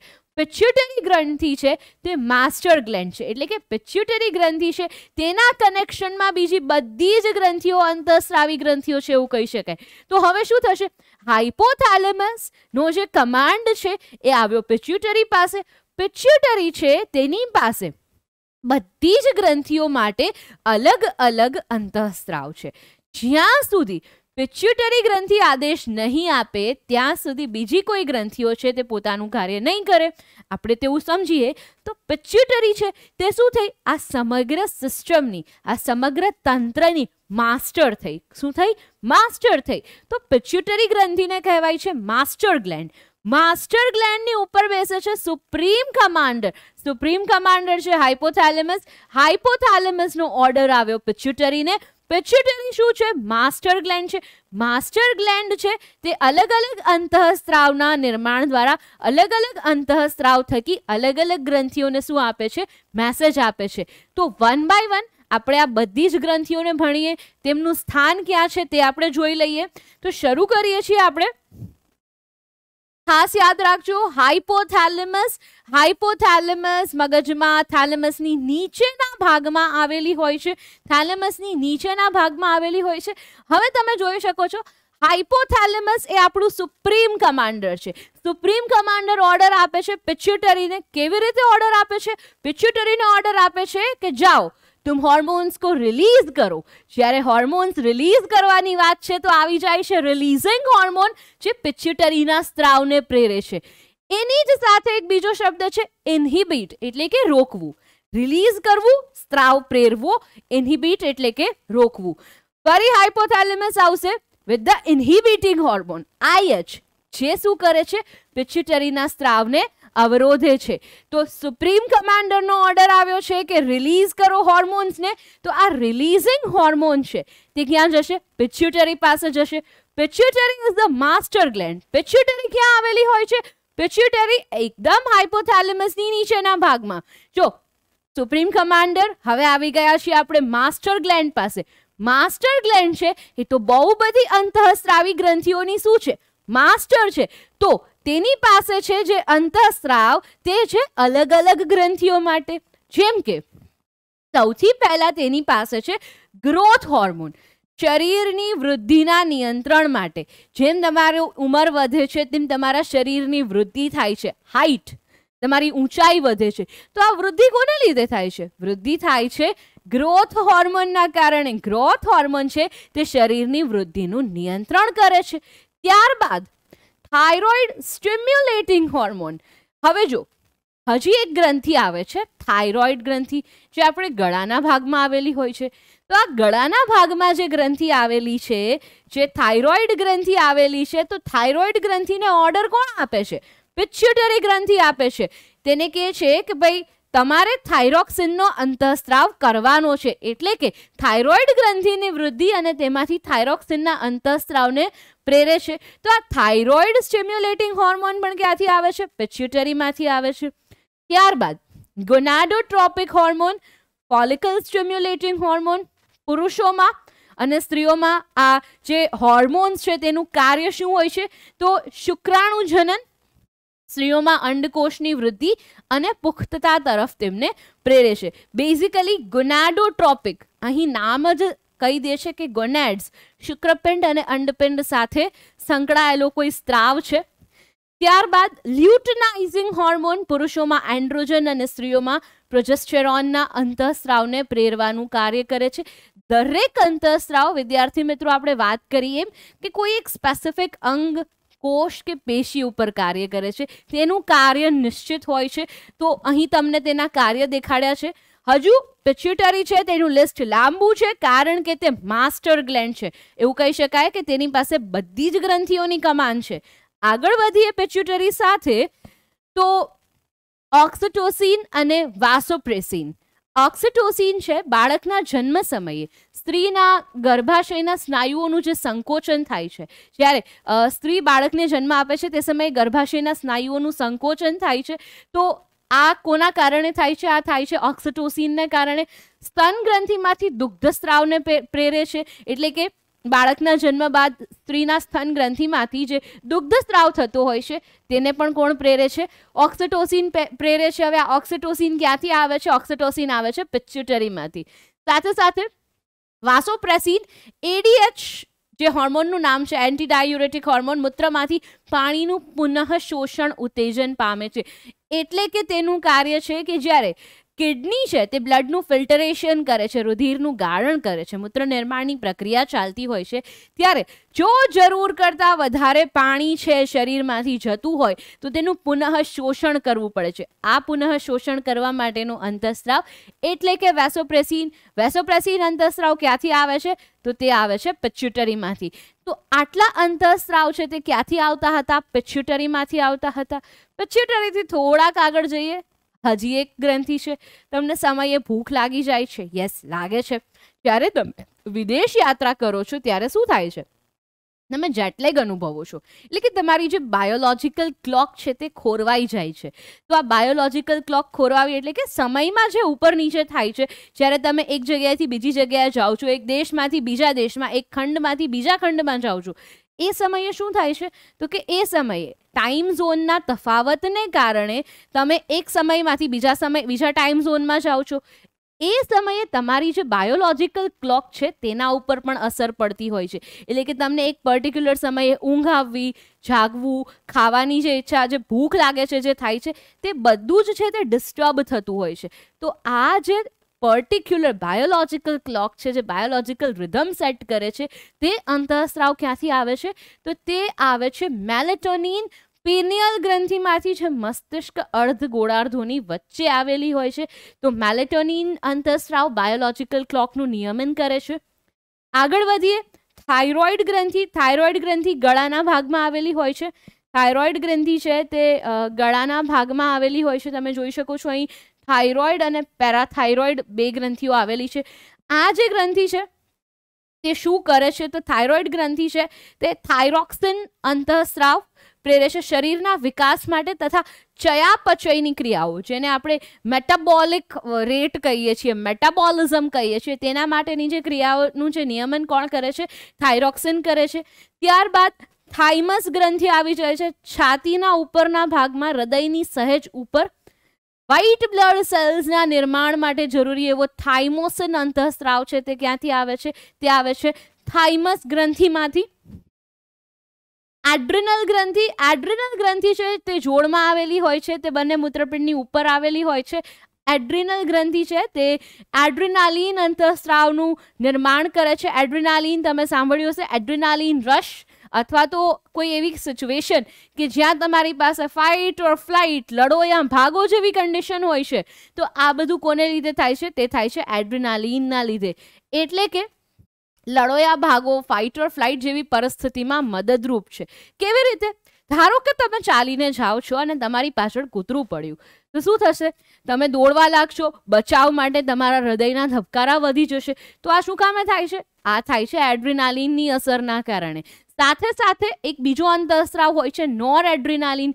કારણ કે જ્યારે હૃદયના ધબકારા વધે છે, રુધિરનું દબાણ વધે છે, તો તે આપણને ન પોસાય. એક લાંબા સમય માટે આ અવસ્થામાં ન રહી શકીએ, તો તેને શું કરવી પડે છે? ફરી પાછી નોર્મલ કન્ડિશનમાં લાવવું પડે છે. તો આના માટેનો જે અંતઃસ્રાવ છે તે છે નોર એડ્રિનાલિન. તો એડ્રિનાલિન અને નોર એડ્રિનાલિન, અને તેને હું સરળતાથી એમ પણ સમજાવું છું કે એડ્રિનાલિન અંતઃસ્રાવ ક્યારે સ્રવે છે? તો જ્યારે તમે ઊંઘમાં ઉઠ્યા હોય રાત્રે, અડધી રાતના, અને જો તમને મંજુલિકા દેખાઈ જાય, તો તમારી જે પરિસ્થિતિ થાય છે, તમારા શ્વાસોચ્છ્વાસનો દર વધી જવો, હૃદયના ધબકારા વધી જવા, કે પછી રુધિરનું પરિવહન વધી જવું, કે પછી રુધિરનું દબાણ વધી જવું, આ બધી જ અસર છે તે એડ્રિનાલિન અંતઃસ્રાવની છે, જેને ટૂંકમાં મંજુલિકા અંતઃસ્રાવ પણ કહી શકાય છે.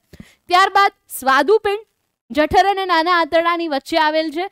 બે અંતઃસ્રાવ, ઇન્સ્યુલિન અને ગ્લુકેગોન. યાદ રાખજો, સ્વાદુપિંડ એક વિશિષ્ટ ગ્રંથિ છે. સ્વાદુપિંડનો અભ્યાસ આપણે કર્યો હતો પાચન તંત્રમાં, ત્યાં તે પાચક રસનો પણ સ્ત્રાવ કરતું હતું, અને અહીંયા તે અંતઃસ્રાવનો પણ એક સ્ત્રાવ કરે છે. એટલે કે એન્ડોક્રાઇન અને એક્ઝોક્રાઇન બંને તરીકે તે કાર્ય કરે છે. એક વિશિષ્ટ ગ્રંથિ છે સ્વાદુપિંડ. ખાસ યાદ રાખજો, સ્વાદુપિંડ છે તે એક વિશિષ્ટ ગ્રંથિનું કાર્ય કરે છે. વિશિષ્ટ ગ્રંથિ એટલે કે સ્વાદુપિંડ, જઠર અને નાના આંતરડાની વચ્ચે. ઇન્સ્યુલિન અને ગ્લુકેગોન તમે જોયા હશે લોકોને ડાયાબિટીસની ફરિયાદ કરતા, તો ત્યારે જે શર્કરા છે, રુધિરમાં જે શર્કરાની માત્રા છે, તેનું નિયમન નથી થતું હોતું.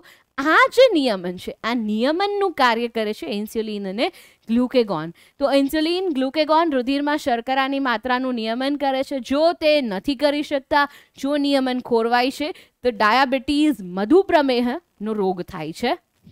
ત્યારબાદ શુક્રપિંડ, એક જોડ પુરુષોમાં, ઉદરની બહાર વૃષણ કોથળીમાં આવેલા હોય છે. અંતઃસ્રાવ, ટેસ્ટોસ્ટેરોન, જાતીય લક્ષણોનો વિકાસ છે, શુક્રાણુનું સર્જન છે, તે કોને લીધે થાય છે? તો તે થાય છે ટેસ્ટોસ્ટેરોનને લીધે. અને તેવી જ રીતે સ્ત્રીઓમાં આવેલા હોય છે અંડપિંડ, એક જોડ, ઉદરમાં આવેલા હોય છે. ઇસ્ટ્રોજન અને પ્રોજેસ્ટેરોનનો સ્રાવ કરે છે. અંડપિંડનું કાર્ય શું છે? સ્ત્રી પ્રજનનાંગોનો વિકાસ છે તે કોણ કરે છે? અંડપિંડ કરે છે. તો શુક્રપિંડ અને અંડપિંડ બે ગ્રંથિઓ અલગ પડે છે સ્ત્રી અને પુરુષમાં. બાકી જે છે તે બધી જ કોમન હોય છે. તો આ ટેબલ્સ તમને મળી જ જશે નોટ્સમાં, તો ખાસ યાદ રાખજો. ખૂબ જ જરૂરી એવા ટેબલ્સ છે, કોમ્પિટિશનમાં પણ પૂછાઈ શકે છે, 1 માર્કનો પ્રશ્ન પણ બની શકે છે, MCQ પણ બની શકે છે. તો આ હતા અંતઃસ્રાવો અને અંતઃસ્રાવી ગ્રંથિઓ. અંતઃસ્રાવના લક્ષણોમાં જોયું કે જો તેનો સ્ત્રાવ વધી જાય કે ઘટી જાય તો તેના કારણે જે સમસ્યાઓ થાય છે તેનો આપણે અભ્યાસ કરશું. જે ખામી સર્જાય છે, જે ત્રુટિ સર્જાય છે તેનો આપણે અભ્યાસ કરવાનો છે. તો આગળ વધીએ. મનુષ્યમાં અંતઃસ્રાવના અસંતુલનથી સર્જાતી અનિયમિતતાઓ અથવા તો ત્રુટિઓ વર્ણવો. પ્રશ્ન ઇમ્પોર્ટન્ટ છે, 2 ગુણનો પ્રશ્ન છે. આ જ રીતે પ્રશ્ન પૂછાઈ શકે છે કે મનુષ્યમાં અંતઃસ્રાવના અસંતુલનથી સર્જાતી અનિયમિતતાઓ કે ત્રુટિઓનું વર્ણન કરો. તો વૃદ્ધિ અંતઃસ્રાવ એટલે કે ગ્રોથ હોર્મોન. એક સામાન્ય વાત સમજીએ કે ગ્રોથ હોર્મોન છે તેનું કાર્ય છે જે વૃદ્ધિને પ્રેરે છે. જો વૃદ્ધિ અંતઃસ્રાવ છે તે એક જરૂરી મર્યાદામાંથી અથવા તો તેની જે અમાઉન્ટ છે, જે નિશ્ચિત માત્રા છે તેનાથી વધુ પ્રમાણમાં સ્ત્રવે તો પણ ત્રુટિ છે અને ઓછા પ્રમાણમાં સ્ત્રવે તો પણ ત્રુટિ સર્જાય છે. તો પહેલું છે તે જ્યારે વધુ પ્રમાણમાં હોય, જો તે વધુ પ્રમાણમાં હોય તો તમે જોયા હશે ઘણા લોકોને 6 ફૂટ ઉપર હાઈટ હોય છે. તો આ જે વધુ પ્રમાણમાં હોવાનું કારણ એ જ છે કે વૃદ્ધિ અંતઃસ્રાવ વધુ પ્રમાણમાં છે, વધુ ઊંચાઈ પ્રેરે છે. વધુ ઊંચાઈ, જેને જાયજન્ટિઝમ બી કહેવાય છે. અને જો તે ઓછા પ્રમાણમાં હોય, જો તે ઓછા પ્રમાણમાં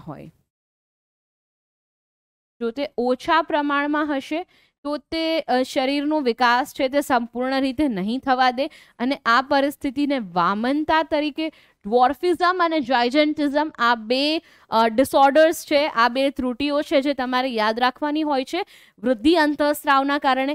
આગળ વધીએ છીએ.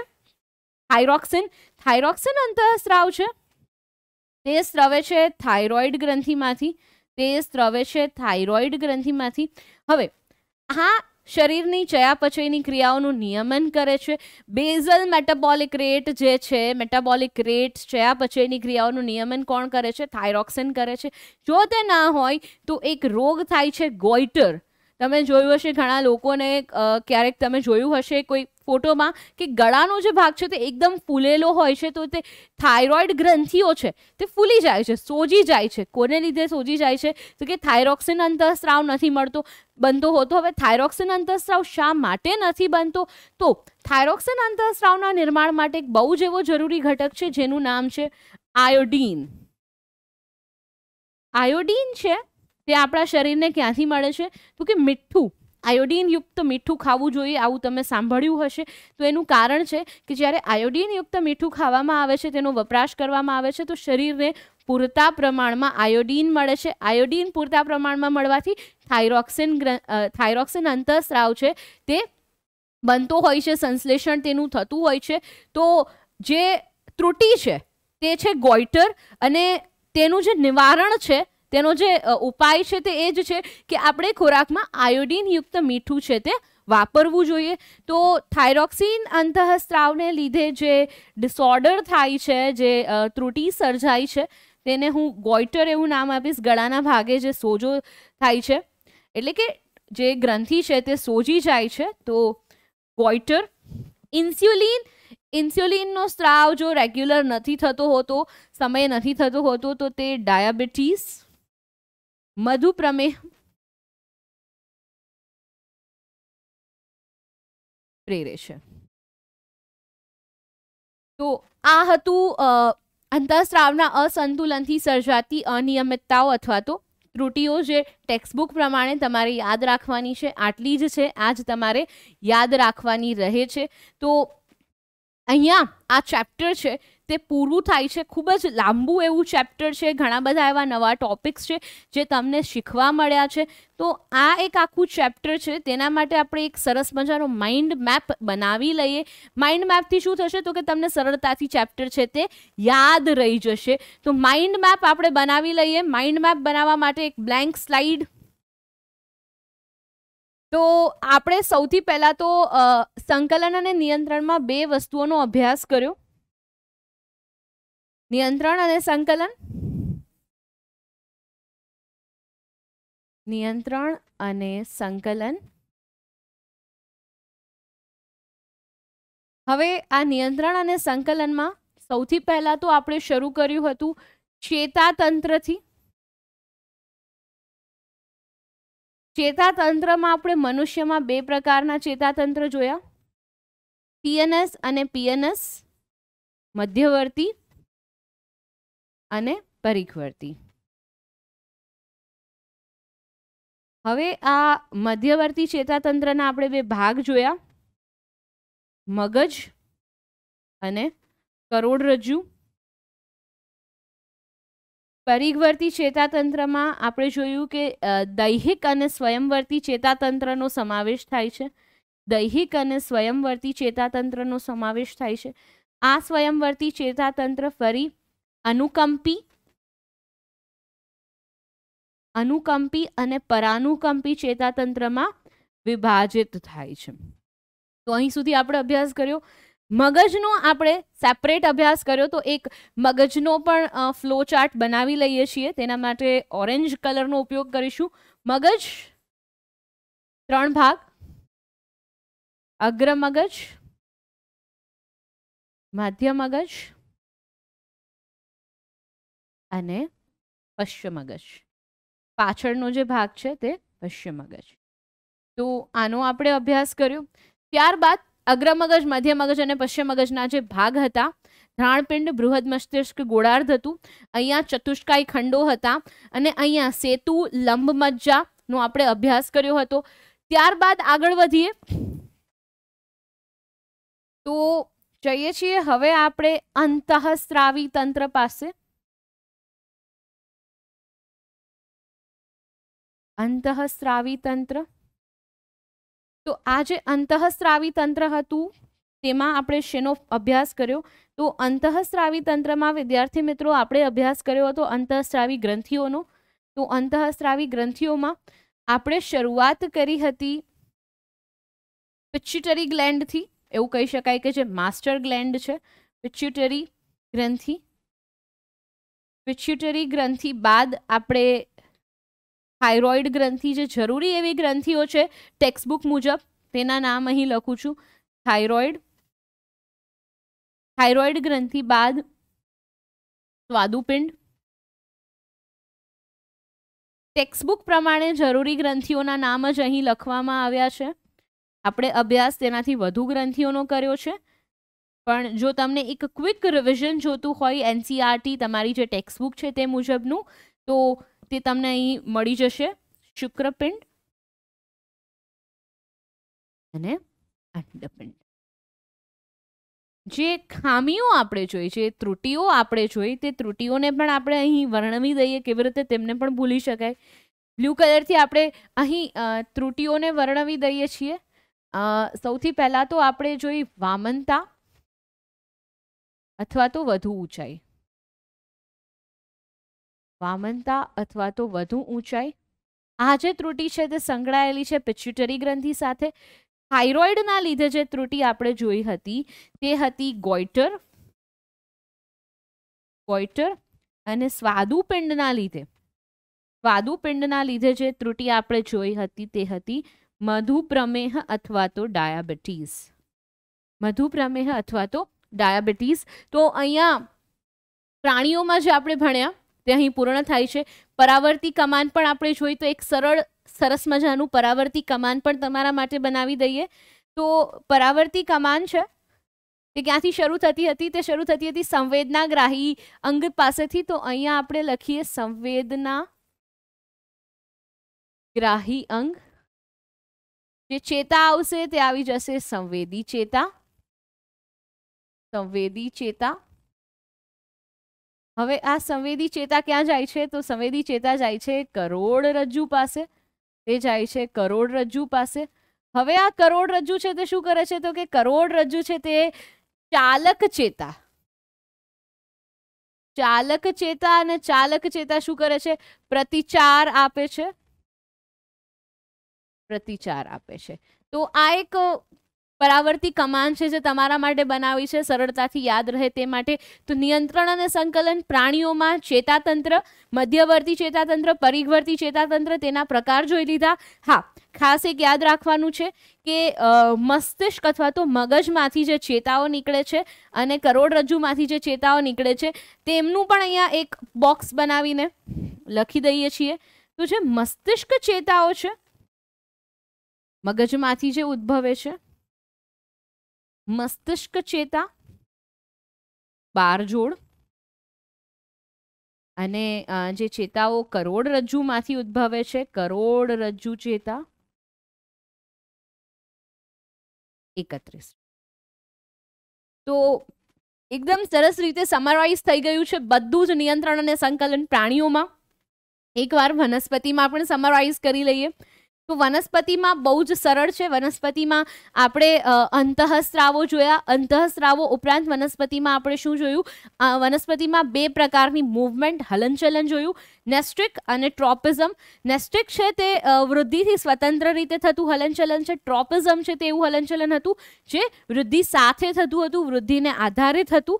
તો એક સ્લાઇડમાં આપણે વનસ્પતિનો પણ સમાવેશ કરી લઈએ. તો જે વનસ્પતિ છે, વનસ્પતિમાં જે સંકલન છે, તો સૌથી પહેલા તો અંતઃસ્ત્રાવ. વનસ્પતિમાં આપણે 5 અંતઃસ્ત્રાવ જોયા. નેમલી લખી લઈએ છીએ: ઓક્ઝીન, સાઇટોકાઇનિન,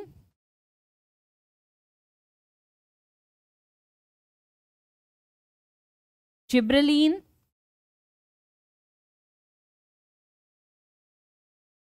ત્યારબાદના જે 2 અંતઃસ્ત્રાવ હતા તેનો કલર ચેન્જ કરું છું જેથી તમે સમજી શકશો કે જે અંતઃસ્ત્રાવ વૃદ્ધિને પ્રેરે છે તેનો કંઈક કલર અલગ છે ને બાકીના 2નો કલર અલગ છે. તો ઇથિલિન અને એબ્સિસિક એસિડ.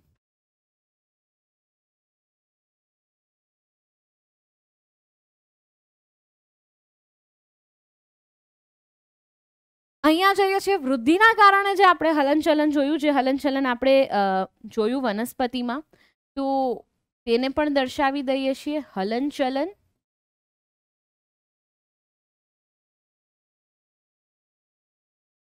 વૃદ્ધિથી સ્વતંત્ર,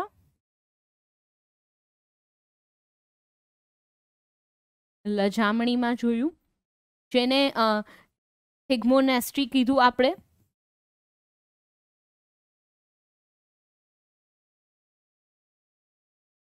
અને એક વૃદ્ધિ સાથેનું જે હલનચલન છે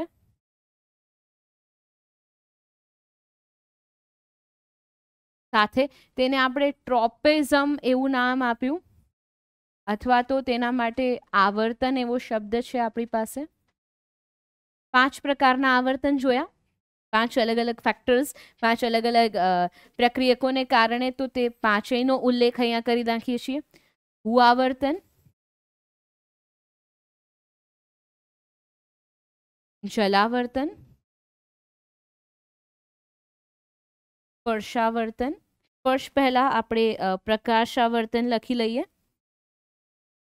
પ્રકાશાવર્તન અથવા તો પ્રકાશાનુવર્તન રસાયણને લીધે થતું રસાયણાવર્તન. અને જે એક ફેક્ટર બાકી રહે છે તે છે સ્પર્શાવર્તન અથવા તો સ્પર્શાનુવર્તન.